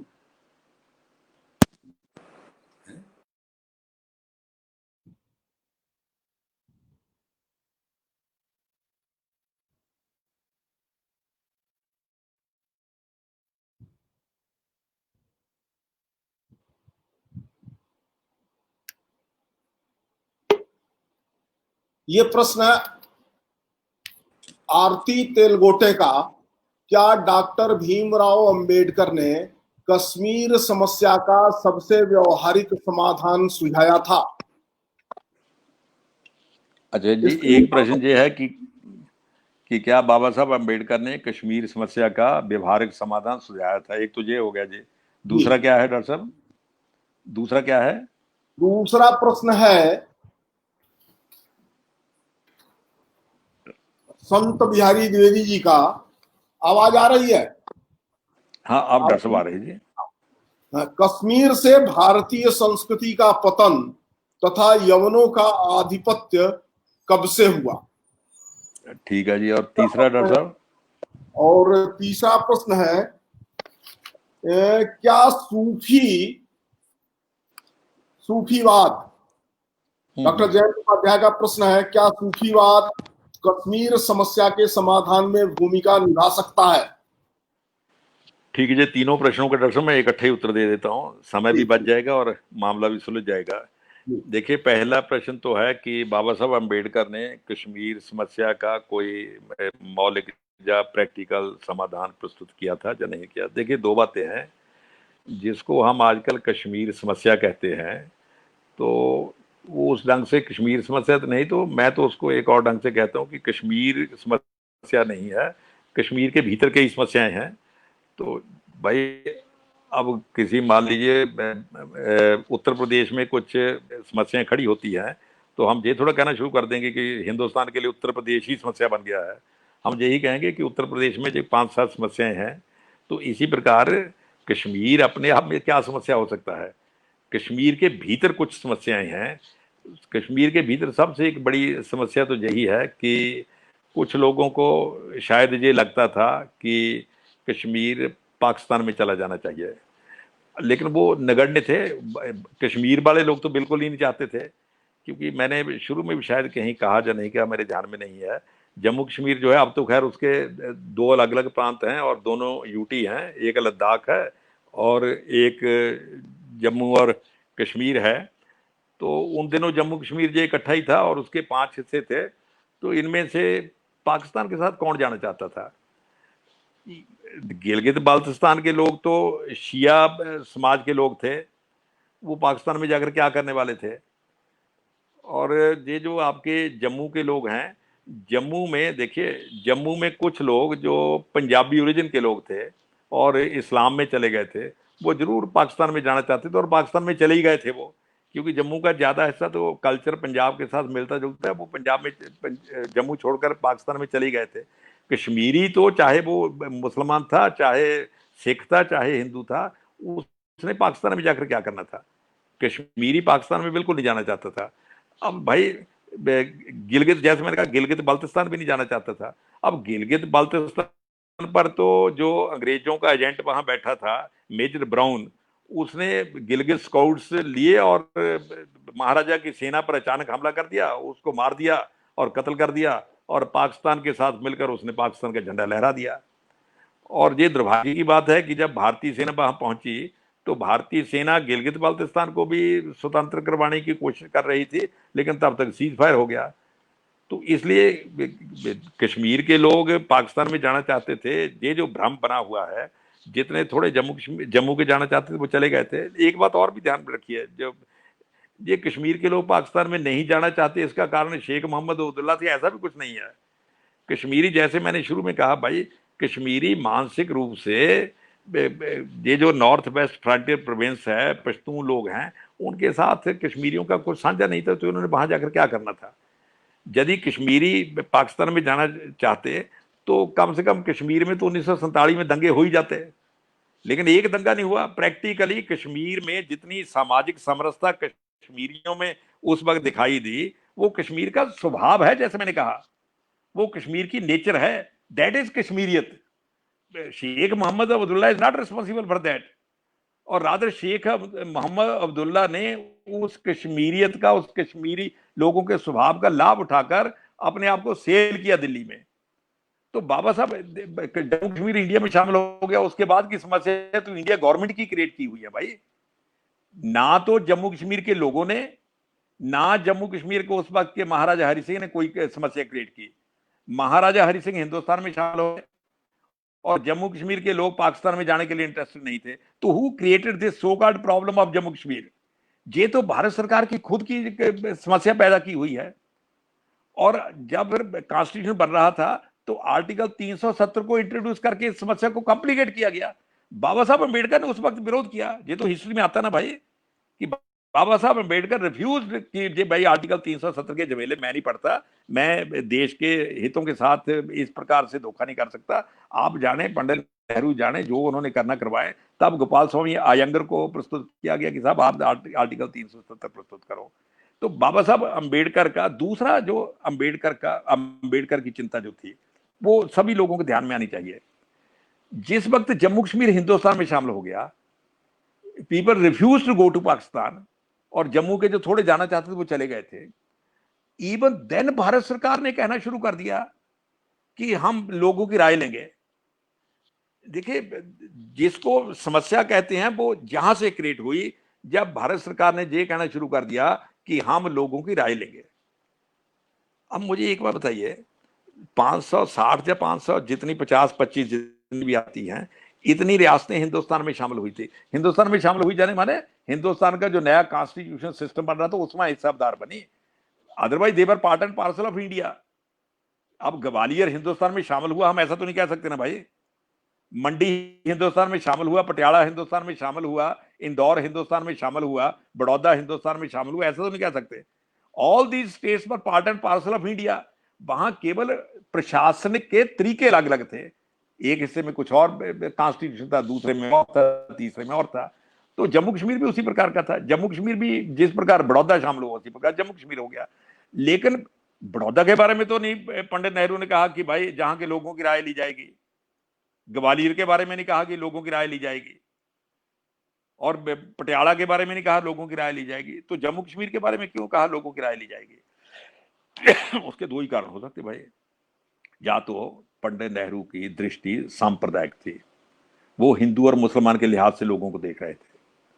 उनको लगता था कि मुसलमानों की राय लेना जरूरी है कि वो हिंदुस्तान में शामिल होना चाहते थे, पाकिस्तान में शामिल होना चाहते। तो ये तो बड़ी खतरनाक बात थी भाई। इसका मतलब जो व्यक्ति अपने आप को आज तक सेकुलर कहता था, जब संकट काल आया तो उसने तो सांप्रदायिक दृष्टि से देखना शुरू कर दिया। जम्मू कश्मीर को उसने हिंदू मुसलमान की दृष्टि से देखना शुरू कर दिया। कश्मीर के मुसलमानों ने तो पाकिस्तान जाने की बात नहीं की, और पंडित जी ने फिर कहना शुरू कर दिया कि हम राय लेंगे। तो इसलिए बाबा साहब अंबेडकर की चिंता ये हुई। बाबा साहब अंबेडकर ने जो मंत्री से रेजिग्नेशन देते हुए बाद में एक लेटर लिखा था, उसको जरूर पढ़ना चाहिए। बाबा साहब की चिंता ये हुई कि भाई जिस प्रकार से इन्होंने हल्ला मचाना शुरू कर दिया कि लोगों की राय ली जाएगी, लोगों की राय ली जाएगी, और यदि कल इन्होंने सचमुच लोगों की राय लेनी शुरू कर दी और खुदा ना खास्ता पाकिस्तान कश्मीर में अपने एजेंट भेजकर वहां सांप्रदायिकता भड़काने की कोशिश करे, और जिस प्रकार का वातावरण हो चुका था, क्योंकि पंजाब से जो लाखों लोग आ रहे थे इधर वो कट रहे थे, तो इधर से लाखों मुसलमान जा रहे थे वो कट रहे थे। टोटल एटमॉस्फेयर विषाक्त हो चुका था। उस विषाक्त एटमॉस्फेयर में यदि लोगों की राय लेने का ड्रामा शुरू कर दिया तो कहीं कश्मीर के लोग पाकिस्तान के पक्ष में न चले जाएं। मोमेंटरली प्रभावित होकर जा सकते हैं, लेकिन राय तो ली जाएगी जम्मू कश्मीर लद्दाख सभी की। तो ये पंडित जी ने जो फार्मूला निकाला है उससे तो कम वक्त पूरा जम्मू कश्मीर पाकिस्तान में चला जाएगा। तो इसलिए बाबा साहब अम्बेडकर ने कहा भाई आपने यदि ये ड्रामा करना ही है राय का तो लद्दाख में मत कीजिए, लद्दाख में बुद्धिस्ट है, जम्मू मत कीजिए, आप कश्मीर में करते रहिए जो करना। उस लेटर का ये बड़ा इंपॉर्टेंट हिस्सा। और दूसरी एक बात और कही उन्होंने, उस वक्त ईस्ट बंगाल को लेकर बड़ा हंगामा हो रहा था। ईस्ट बंगाल में हिंदू बार बार मर कट कर आ रहे थे, और वहां का तो विधि मंत्री योगेंद्र था मंडली बेचारा भाग कर आ गया था। तो बाबा पंडित नेहरू ने लियाकत अली खान से एक समझौता कर लिया था, और समझौता काम वक्त क्या था, समझौते में लिखा तो ये गया कि पाकिस्तान हिंदुओं की रक्षा करेगा, लेकिन समझौते के बाद हिंदू ज्यादा संख्या में वापस आने लगे, भी इंडिया में आने लगे। तो बाबा साहब ने कहा कि भाई आपको ईस्ट बंगाल के हिंदुओं की चिंता नहीं है, क्योंकि ईस्ट बंगाल से जो हिंदू आ रहे हैं वो ज्यादा दलित समाज के हैं, और तुम कश्मीर के मुसलमानों की चिंता ज्यादा कर रहे हो, इनकी राय ली जाएगी, इनका फलां किया जाएगा, इनका वो किया जाएगा। तो वहां भी भाई बात करो, जो मारकट कर आ रहे हैं उनके लिए कुछ करो। इसलिए बाबा साहब ने ये बात कही थी कि यदि राय की आपकी इच्छा है तो जम्मू और लद्दाख को छोड़ दो, लद्दाख के बौद्धिस्ट को उधर मत देना, क्योंकि पंडित जी तो चिटागांव के जो बौद्ध थे वो सारे ईस्ट बंगाल में दे दिए थे, पाकिस्तान में दे दिए थे। तो प्रिय मित्रों, बाबा साहब अंबेडकर बहुत प्रैक्टिकल आदमी थे। आर्टिकल 370 पर और जनमत संग्रह पर बाबा साहब का दृष्टिकोण बहुत स्पष्ट था। और बाबा साहब ने एक बात कह के मैं इस इशू को बंद करता हूँ, बाबा साहब ने एक जगह कहीं लिखा हुआ है कि भाई ये जो शेख अब्दुल्ला और अंग्रेजों के कहने पर, जो किसके कहने पर आंदोलन चला रहे हैं महाराजा हरि सिंह के खिलाफ, और कह तो रहे हैं कि डेमोक्रेटिक राइट्स चाहिए, हम तो डेमोक्रेसी के लिए चला रहे हैं। तो उन्होंने कहा ये लोग हैदराबाद में क्यों नहीं आंदोलन चलाते हैं? हैदराबाद में भी डेमोक्रेट्स राइट नहीं है, और हैदराबाद का जो नवाब है वो मुसलमान है, और वो तो इंडियन मुसलमान भी नहीं, विदेशी मुसलमान है, उसके पूर्वज तो विदेशों से आए हुए थे। इंडियन मुसलमान होना और चीज है, कश्मीर के कश्मीरी तो इंडियन मुसलमान थे ना भाई, उन्होंने तो मजहब बदला था, they were part and parcel of Indian mainstream. लेकिन नवाब का जो हैदराबाद का नवाब था वो तो विदेशी ओरिजिन का था, तो उनका वहां आंदोलन कोई नहीं चलाता डेमोक्रेटिक राइट्स के लिए, क्योंकि वहां का नवाब मुसलमान है और पॉपुलेशन हिंदू है, और जहां जो है पॉपुलेशन ज्यादा जो है वो उन इंडियंस की है जिनका मतांतरण हो चुका है, इसलिए जहां आंदोलन चलाया जाता है कि जहां का राजा हिंदू है। ये जो दृष्टि थी ये बाबा साहब अम्बेडकर की थी, और किसी ने ये बात नहीं कही। शेख अब्दुल्ला के इस मूवमेंट को लेकर ये बात केवल बाबा साहब अम्बेडकर ने कही और किसी ने नहीं कही। इसलिए प्रिय मित्रों, बाबा साहब अम्बेडकर जम्मू कश्मीर की को जितना भली भांति समझते थे, मैं समझता हूं बहुत कम लोग ऐसे थे जो उतना गहराई से समझते थे। और जनमत संग्रह की काट बाबा साहब ने बताई थी कि यदि ये करना है तो कश्मीर में करो, जम्मू और लद्दाख में करने की जरूरत नहीं है। दूसरी बात, किसी मित्र ने पूछा था कि ये भारतीय संस्कृति का पतन कश्मीर में कब से हुआ और कब उनका कब। देखिए, कश्मीर पर जैसे मैंने शुरू में भी कहा, कश्मीर में जो 14वीं शताब्दी में शासन शुरू, लोहारा वंश लास्ट शासक था, जिसको आप हिंदू शासक कह सकते हो, और वो कश्मीरी थे, लोहारा वंश के लोग कश्मीरी थे। और उस शासन के बाद जो शासन शुरू हुआ वो शाह मीर वंश के लोगों का हुआ। अब शाह मीर वंश के लोग जो थे, शाह मीर पहला उसका शासक था, मोटे तौर पर ये माना जाता है वो रजौरी से आए थे और बारामूला के रास्ते आए थे, और जैसे मैंने कहा उनको सहदेव ने शरण दे दी थी। तो रजौरी जम्मू कश्मीर का हिस्सा ही है, तो उसको स्थानीय ही मान सकते हैं। और शाह मीर वंश के बाद चक वंश का शासन शुरू हुआ। चक दर्दी माने जाते हैं, चक्कर ट्राइब है जिसको क्षत्रिय ट्राइब माना जाता है, बाद में वो मतांतरित हो गए, मुसलमान हो गए। तो ये शाह मीर और चक तो लोकल ट्राइब ही थे, लोकल शासकीय मानना चाहिए, जम्मू कश्मीर के थे। लेकिन जो जम्मू कश्मीर पर फिर विदेशियों का अधिकार हुआ वो मुगलों से हुआ। तो मुगलों ने पहले तो दिल्ली पर कब्जा किया, और दिल्ली पर कब्जा करके हिंदुस्तान के बाकी हिस्से पर भी कब्जा किया। तो उसके बाद फिर उन्होंने कश्मीर पर हमला करके कश्मीर को जीता, और मुगलों के बाद अफगानों ने वहां जीत लिया। और अफगानों ने तो मोटे तौर पर देखिए, अफगानों ने तो सारे सप्त सिंधु क्षेत्र पर कब्जा कर लिया था। सब सिंधु क्षेत्र, जैसे मैंने कहा भाई, ये क्या नाम आपका, पंजाब, हरियाणा, हिमाचल, जम्मू कश्मीर, लद्दाख और गिलगित बल्तिस्तान, सिंध, बलूचिस्तान और नॉर्थ वेस्ट फ्रंटियर, ये सारा जो उस पर कब्जा कर लिया था। और इस सारे सब सिंधु क्षेत्र को महाराजा रणजीत सिंह ने आजाद करवाया। तो इसलिए कश्मीर को यदि विदेशी शासकों से, मुगलों और अफगानों से मुक्ति मिली तो महाराजा रणजीत सिंह ने वो मुक्ति दिलवाई। लेकिन उसमें केवल महाराजा रणजीत सिंह ने ही दिलवाई ऐसा नहीं कहा जा सकता, उसमें कश्मीरी भी शामिल थे, जम्मू के लोग भी शामिल थे, महाराजा गुलाब सिंह भी शामिल थे, और कश्मीरी लोग ही तो गए थे महाराजा रणजीत सिंह के पास कि जाकर अफगानों से हमें मुक्ति दिलवाइए। तो ये प्रैक्टिकली कश्मीरियों का, जम्मू वालों का, पंजाब वालों का, सभी का मिला जुला संघर्ष था, जिसने कश्मीर को अफगानों से मुक्त करवाकर, और कश्मीर पहली बार इतने लंबे अरसे के बाद स्वतंत्र हुआ था। तीसरा प्रश्न मेरे ध्यान से डॉक्टर साहब निकल गया जी, दो तो प्रश्न हो गए, तीसरा प्रश्न कौन सा था? ये पतन का शायद कब, कैसे और किसके द्वारा। जी, देखिए, सूफीवाद जे एक प्रश्न पूछा हुआ है जे मैं, हाँ सूफीवाद, बिल्कुल बिल्कुल डॉक्टर साहब, सूफीवाद का था। सूफीवाद को लेकर के एक तो ये देखिए, प्रश्न कश्मीर है। को लेकर ये, जी, मैं कह रहा हूँ सूफीवाद को लेकर के देखिए बात को लेकर में ये रहती है कि ये जो इस्लाम का एक रूप है, जो कट्टर रूप है, और उसका एक लिबरल रूप भी हमारे सामने आया, और वो सूफी लेकर आए। और सूफी जो थे वो कश्मीर में भी गए, तो सूफियों के कारण कश्मीर में मतांतरण हुआ। देखिए, ये तो हिस्ट्री में आता ही कि ये जो फारस से सैयद आए, इन्होंने शाह मीर वंश के शासकों के साथ मिलकर परिवर्तन, मतांतरण करवाया, इसमें तो कोई शक है ही नहीं। ये सैयद अपने आप को सूफी भी कहते थे। सूफीइज्म जो है उसका शायद इस्लाम से थोड़ा, सूफीइज्म पर गहराई से अध्ययन करना चाहिए शोध छात्रों को। सूफीवाद का इस्लाम से कोई डायरेक्ट संबंध नहीं है। सूफीवाद को समझने के लिए अरब की हिस्ट्री को पढ़ना पड़ेगा। अरब में इस्लाम के आने से पहले एक क्षेत्र में इस प्रकार के विचारों का प्राबल्य था कि ईश्वर और भक्त की डायरेक्ट कम्युनिकेशन होनी चाहिए। ब्रह्म क्या है, ईश्वर क्या है, आत्मा क्या है, परमात्मा क्या है, मनुष्य जो है वो ईश्वर से कैसे साक्षात्कार कर सकता है, कैसे। भक्त और ईश्वर के बीच का जो मामला था, तो उसमें किसी थर्ड पार्टी की दखलंदाजी की जरूरत नहीं है। तो ये जो, इसको आप सूफीवाद कह सकते हो। अरब में इसको सूफीवाद कहा जाता था। हमारे जहाँ इसके लिए दर्शन शास्त्र में 50 नाम हैं और अलग अलग नाम है, उसके अलग अलग रूप भी हैं। ये द्वैतवाद है, ये द्वैतवाद है, ये फलां है, ऐसे मैं उसकी गुत्थियों में नहीं जाता। लेकिन अरब में इस प्रकार के विचारों को सूफी विचार कहा जाता था। लेकिन जब अरब में इस्लाम आ गया, तो ये जो सूफी विचार के लोग थे ये संकट में पड़ गए।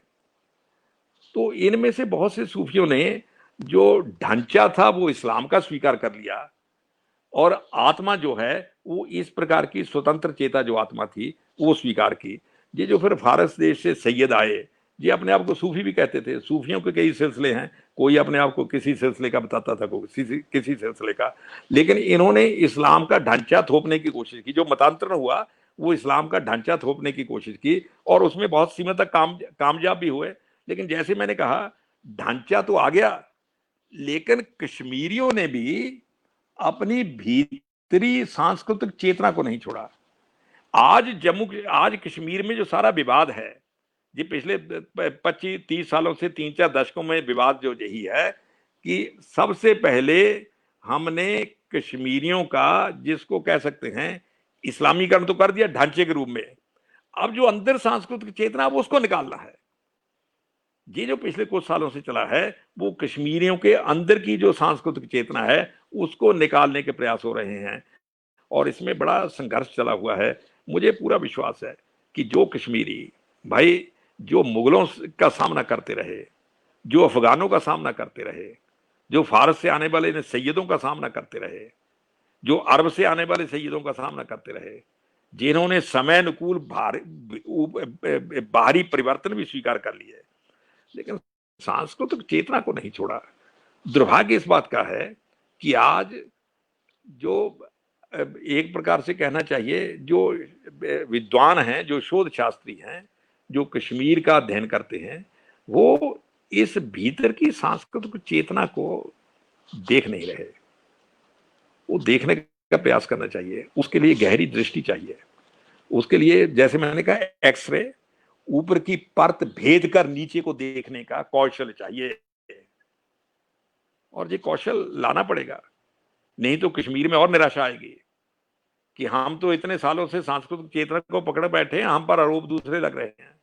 बाकी ये जो भाई अलगाववादी है, देखिए मैंने तो शुरू में कहा कि 14वीं शताब्दी के शुरू में भी बाहर से लोग आए थे, और जब ये अलगाववाद का काम शुरू हुआ तब भी बाहर से लोग आए, और ये लोग उन्हीं के भाई भतीजे थे जो 14वीं शताब्दी में आए थे। अब ये 20वीं शताब्दी में आए, तब भी वो उसी ढंग से कश्मीरियों को डराने की कोशिश कर रहे थे, अब भी उसी ढंग से डराने की कोशिश कर रहे हैं। तो कश्मीरियों ने तब भी अपनी सांस्कृतिक चेतना नहीं छोड़ी थी, और मुझे पूरा विश्वास है आप भी अपनी सांस्कृतिक चेतना नहीं छोड़ेंगे। हमें कश्मीर को लेकर, देखिए कश्मीर भारतीय सांस्कृतिक चेतना का एक प्रकार से गर्भगृह है। कश्मीर सरस्वती साधना का केंद्र है, कश्मीर शारदा पीठ है, इसमें पुनः प्राण प्रतिष्ठा करने की जरूरत है। चिनगारी भी कश्मीर में विद्यमान है, लेकिन उसके लिए फिर रास्ता निकालना पड़ेगा, उसके लिए स्ट्रेटजी बनानी पड़ेगी। कश्मीरी तो चाहते हैं भाई, लेकिन कोई उनसे संवाद तो करे। हमारा दुर्भाग्य तो ये रहा, राजनीतिक स्तर पर हम गिलानियों से, हमदानियों से, खुरासानियों से, बुखारियों से, अंदराबियों से संवाद करते रहे। कश्मीरियों से तो किसी ने संवाद किया ही नहीं भाई। कश्मीरियों से कौन संवाद कर रहा है? संवाद तो इन्हीं गिलानियों से हो रहा है, इन्हीं हमदानियों से हो रहा है, इन्हीं करमानियों से हो रहा है, इन्हीं अंदराबियों से हो रहा है। ये गिलानी, हमदानी, अंदराबी ये बैग मारते हुए छठी पीढ़ी में जाएंगे तो पहुंच जाएंगे फारस और अरब देश में। तो भारत सरकार को यदि डायलॉग करना है तो कश्मीरियों से करना चाहिए, और मुझे लगता है अब डायलॉग शुरू हुआ है, इसके अच्छे रिजल्ट आएंगे। तो प्रिय मित्रों, मैं समझता हूं, और समय भी काफी हो गया है, जो 2-3 प्रश्न तो और भी कई होंगे, लेकिन जितने मैं समेट सकता था, बस अंतिम बात कह के मैं अपनी बात खत्म कर दूंगा भाई। जो मैं बार बार कहता हूं, इस प्रकार की संवाद रचना का एक लाभ होता है कि बात सुनकर बहुत से खोपड़ी में प्रश्न पैदा हो जाते हैं। संवाद वही सफल है जो खोपड़ी में प्रश्न पैदा कर दे, और फिर सही रास्ते पर चलकर उन प्रश्नों के उत्तर तलाशे जाएंगे तो सही उत्तर भी मिल जाएंगे। दूसरा प्रश्न का उत्तर देगा वो शायद सही ना हो, खुद प्रश्न का उत्तर तलाशने की कोशिश की जाएगी और रास्ता सही हो तो उत्तर सही मिलेगा। और मुझे लगता है कश्मीर को लेकर जितने प्रश्न पैदा हो रहे हैं, यदि हम उनको सही रास्ते से तलाशने की कोशिश करेंगे तो सही उत्तर मिलेंगे, और कश्मीर फिर शारदा पीठ के तौर पर स्थापित होगा, और कश्मीर फिर सरस्वती साधना का केंद्र बनेगा, और कश्मीर में फिर जो शंकराचार्य का मंदिर है वो फिर प्रतिष्ठित होगा। पूजा पद्धति में 1000 पूजा पद्धतियों में एक नई पूजा पद्धति जुड़ गई, उससे क्या फर्क पड़ता है? ये आपका व्यक्तिगत मामला है, आप ईश्वर को, अल्लाह को, खुदा को किस ढंग से मिलना चाहते हो, मैंने इसमें क्या लेना देना है। ये टोटली बाबा साहब अम्बेडकर ने जो बात कही है, आप बाबा साहब अम्बेडकर के नाम पर जो व्याख्यान माला हो रही है, और किसी ने बाबा साहब अम्बेडकर को लेकर प्रश्न भी पूछा, बाबा साहब अम्बेडकर ने जो बात कही हुई अपनी बुद्ध एंड हिज धर्म में, उसने कहा रिलीजन आदमी का व्यक्तिगत मसला है, धर्म सामाजिक मसला है, संस्कृति धर्म का अंग है। तो इसलिए भाई हमें कश्मीर में सामाजिक, सांस्कृतिक और धर्म के से जुड़े जो प्रश्न है, धर्म मतलब रिलीजन नहीं है, तो इसलिए मैं कश्मीरियों के रिलीजन की बात नहीं करूंगा, वो तो उनका व्यक्तिगत मसला है। हर किसी का, एक भी व्यक्ति को दूसरे व्यक्ति के व्यक्तिगत मसले में दखलंदाजी का अधिकार नहीं है। आप उदाहरण के लिए मान लीजिए मैं ईश्वर की इबादत करता हूं, उसको मैं किस ढंग से करता हूं, आपने इससे क्या लेना देना भाई? आप मुझे कैसे कह सकते हो नहीं भाई अग्निहोत्री जी इस ढंग से ईश्वर की पूजा मत करो, इस ढंग से करो? भाई तुम अपने ढंग से कर लो, मैं अपने ढंग से करूंगा। तो इसलिए रिलीजन इज टोटली पर्सनल। तो हम कश्मीरियों के पर्सनल मामले में दखलंदाजी नहीं करते, क्योंकि ये हिंदुस्तान की खूबी है। हिंदुस्तान में तो पूजा के हजारों तरीके विद्यमान हैं, तो उसमें एक और तरीका जुड़ गया तो क्या फर्क पड़ता है? कश्मीर की असली समस्या है विदेशियों द्वारा बलपूर्वक वहां अपनी पद्धति थोपने का प्रयास, बाहरी ढांचा थोप दिया, अब अंदर को उस प्रकार का बनाने का प्रयास, उसका मुकाबला कश्मीरी कर रहे हैं, सैकड़ों सालों से कर रहे हैं। एक बार डायलॉग तो करिए। मुझे लगता है ये जो शुक्ला जी ने व्याख्यानमाला शुरू की है, ये इस डायलॉग की शुरुआत है, और इस डायलॉग का जो है मैं समझता हूं लंबा डायलॉग चलेगा और इसका शुभ रिजल्ट आएगा। बहुत बहुत धन्यवाद।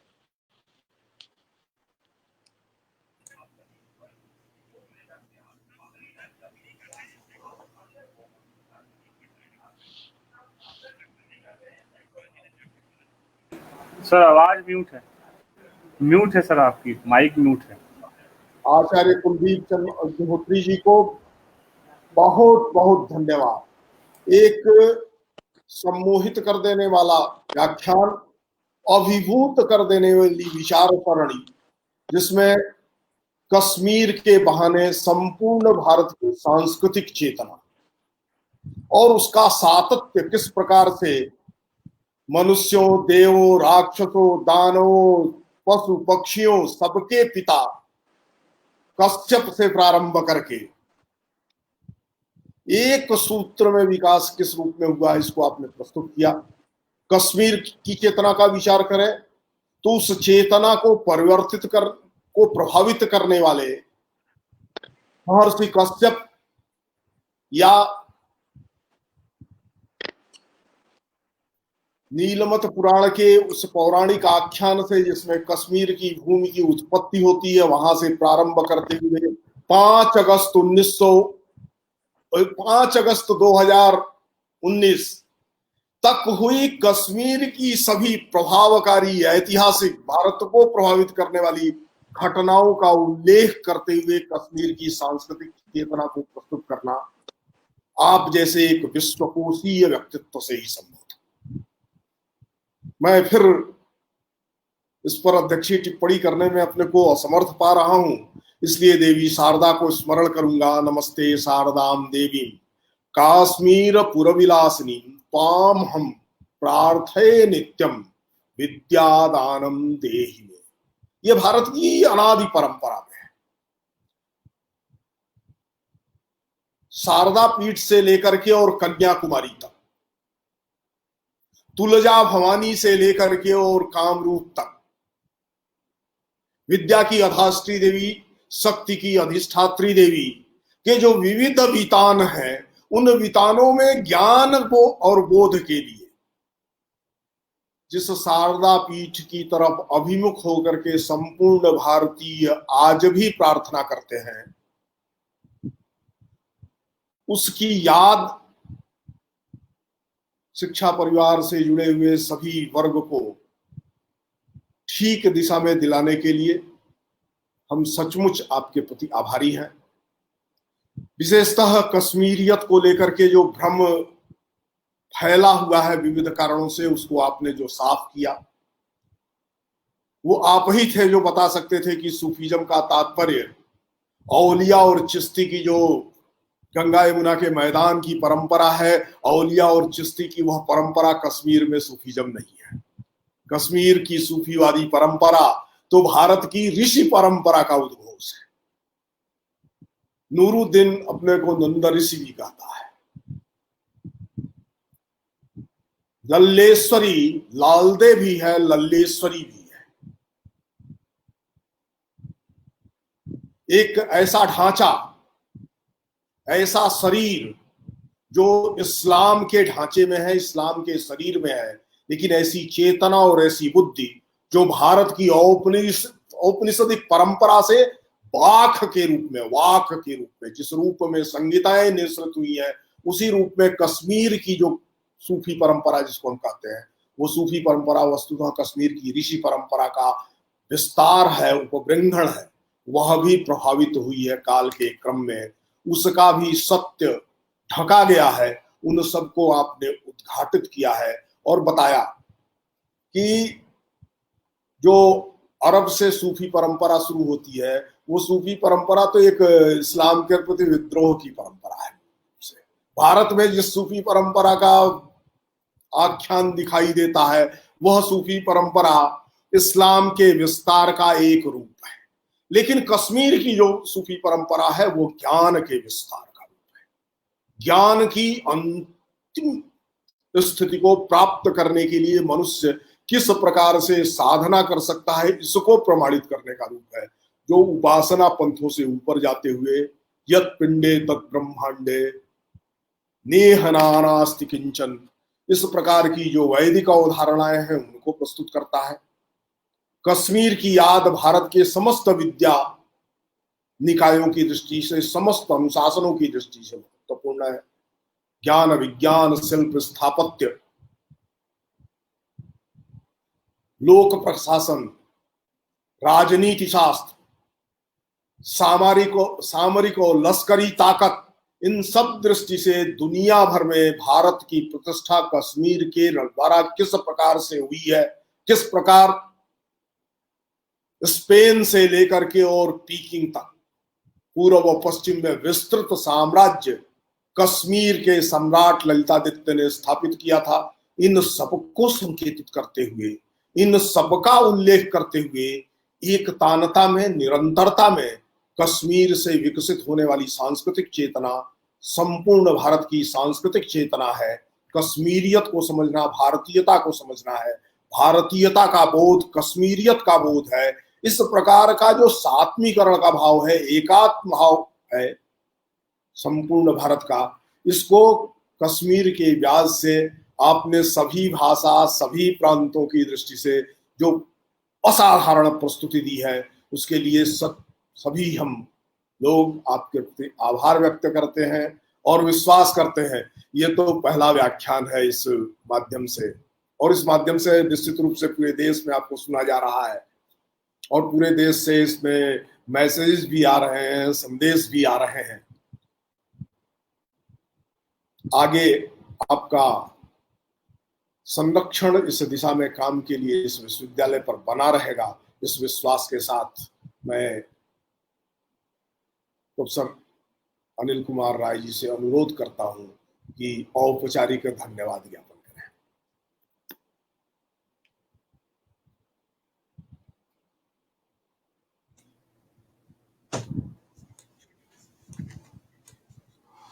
करें। धन्यवाद सर।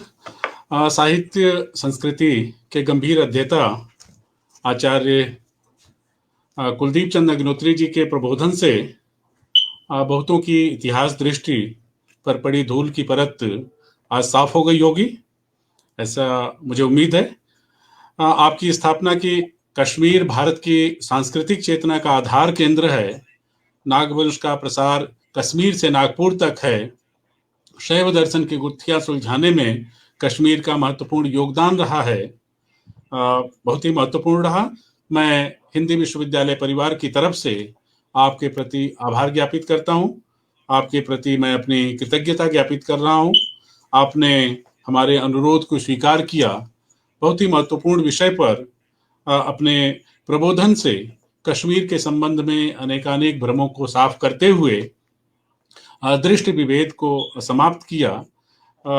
आप चूंकि इस समय इस वेबिनार के समय में, लॉकडाउन के समय में आपकी व्यस्तता से मैं परिचित हूं। आप जिस तरह से देश भर के विभिन्न विश्वविद्यालयों में और तमाम अनेक मंचों पर लगातार आप अपने उद्बोधन से लोगों को प्रेरित कर रहे हैं, लोगों के ज्ञान का विस्तार कर रहे हैं।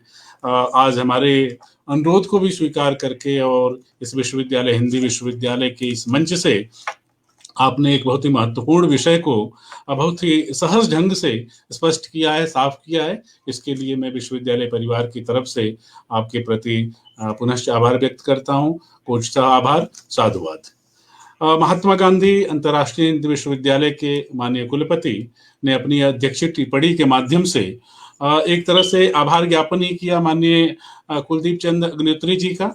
और सच में माननीय कुलदीप चंद अग्निहोत्री जी विश्वविद्यालय के मुझे लगता है कि कुलपतियों में श्रेष्ठ हैं, उम्र की दृष्टि से भी, ज्ञान की दृष्टि से भी, अनुभव की दृष्टि से भी।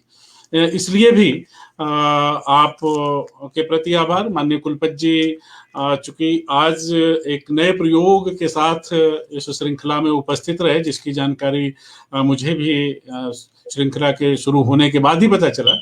हालांकि कल का व्याख्यान मैं आपका सुन रहा था और देख रहा था कि जिस तरह से तिब्बत को आपने चित्रों नक्शा के माध्यम से भी प्रस्तुत करके लोगों की दृष्टि को साफ करने का काम कर रहा था। माननीय कुलपति जी सिर्फ दर्शन, संस्कृति और भारतीयता के प्रति नहीं बल्कि पूरे भूगोल और इतिहास दोनों को लेकर के उतने ही ढंग से सहज और सजग हैं। मैं कुलपति जी के प्रति आभारी हूँ कि आपने इस प्रस्तुति में चित्रों को, नक्शा को और तमाम जो पृष्ठभूमि के चित्र हैं उनको दिखा करके दर्शकों को, श्रोताओं को आपने इस आज के व्याख्यान को और प्रभावी और गुणकारी बना दिया है। मैं विश्वविद्यालय के माननीय कुलपति प्रोफेसर रजनीश कुमार शुक्ल जी के प्रति भी धन्यवाद ज्ञापन करता हूँ, आभार ज्ञापन करता हूँ कि आप की सहजता और सजगता से और आपके प्रयास से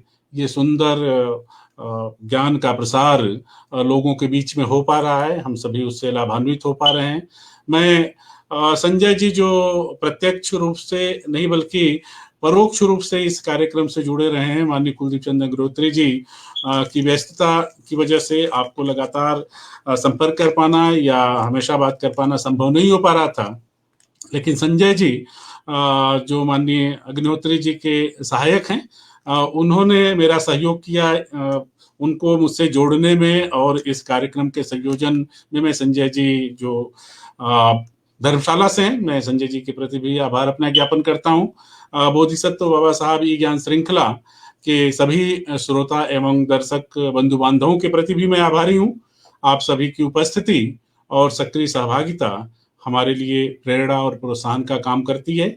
साथ ही इस श्रृंखला के संयोजन, संचालन और प्रसारण में प्रत्यक्ष व परोक्ष रूप से संबद्ध सभी मित्रों, खासकर जनसंचार विभाग के अध्यक्ष प्रोफेसर कृपाशंकर चौबे जी, इस श्रृंखला के सहसंयोजक भाई श्री संदीप कुमार वर्मा जी, तकनीकी को सुगम बनाकर ज्ञान प्रसार में सहायक श्री अरविंद कुमार, हेमंत दुबे, मिथिलेश राय, राजदीप राठौर, अनिल ढोरे जैसे समस्त मित्रों के प्रति मैं आभार व्यक्त करता हूं। सभी के प्रति हृदय से धन्यवाद, कोटि सा आभार। धन्यवाद। सबको नमस्कार।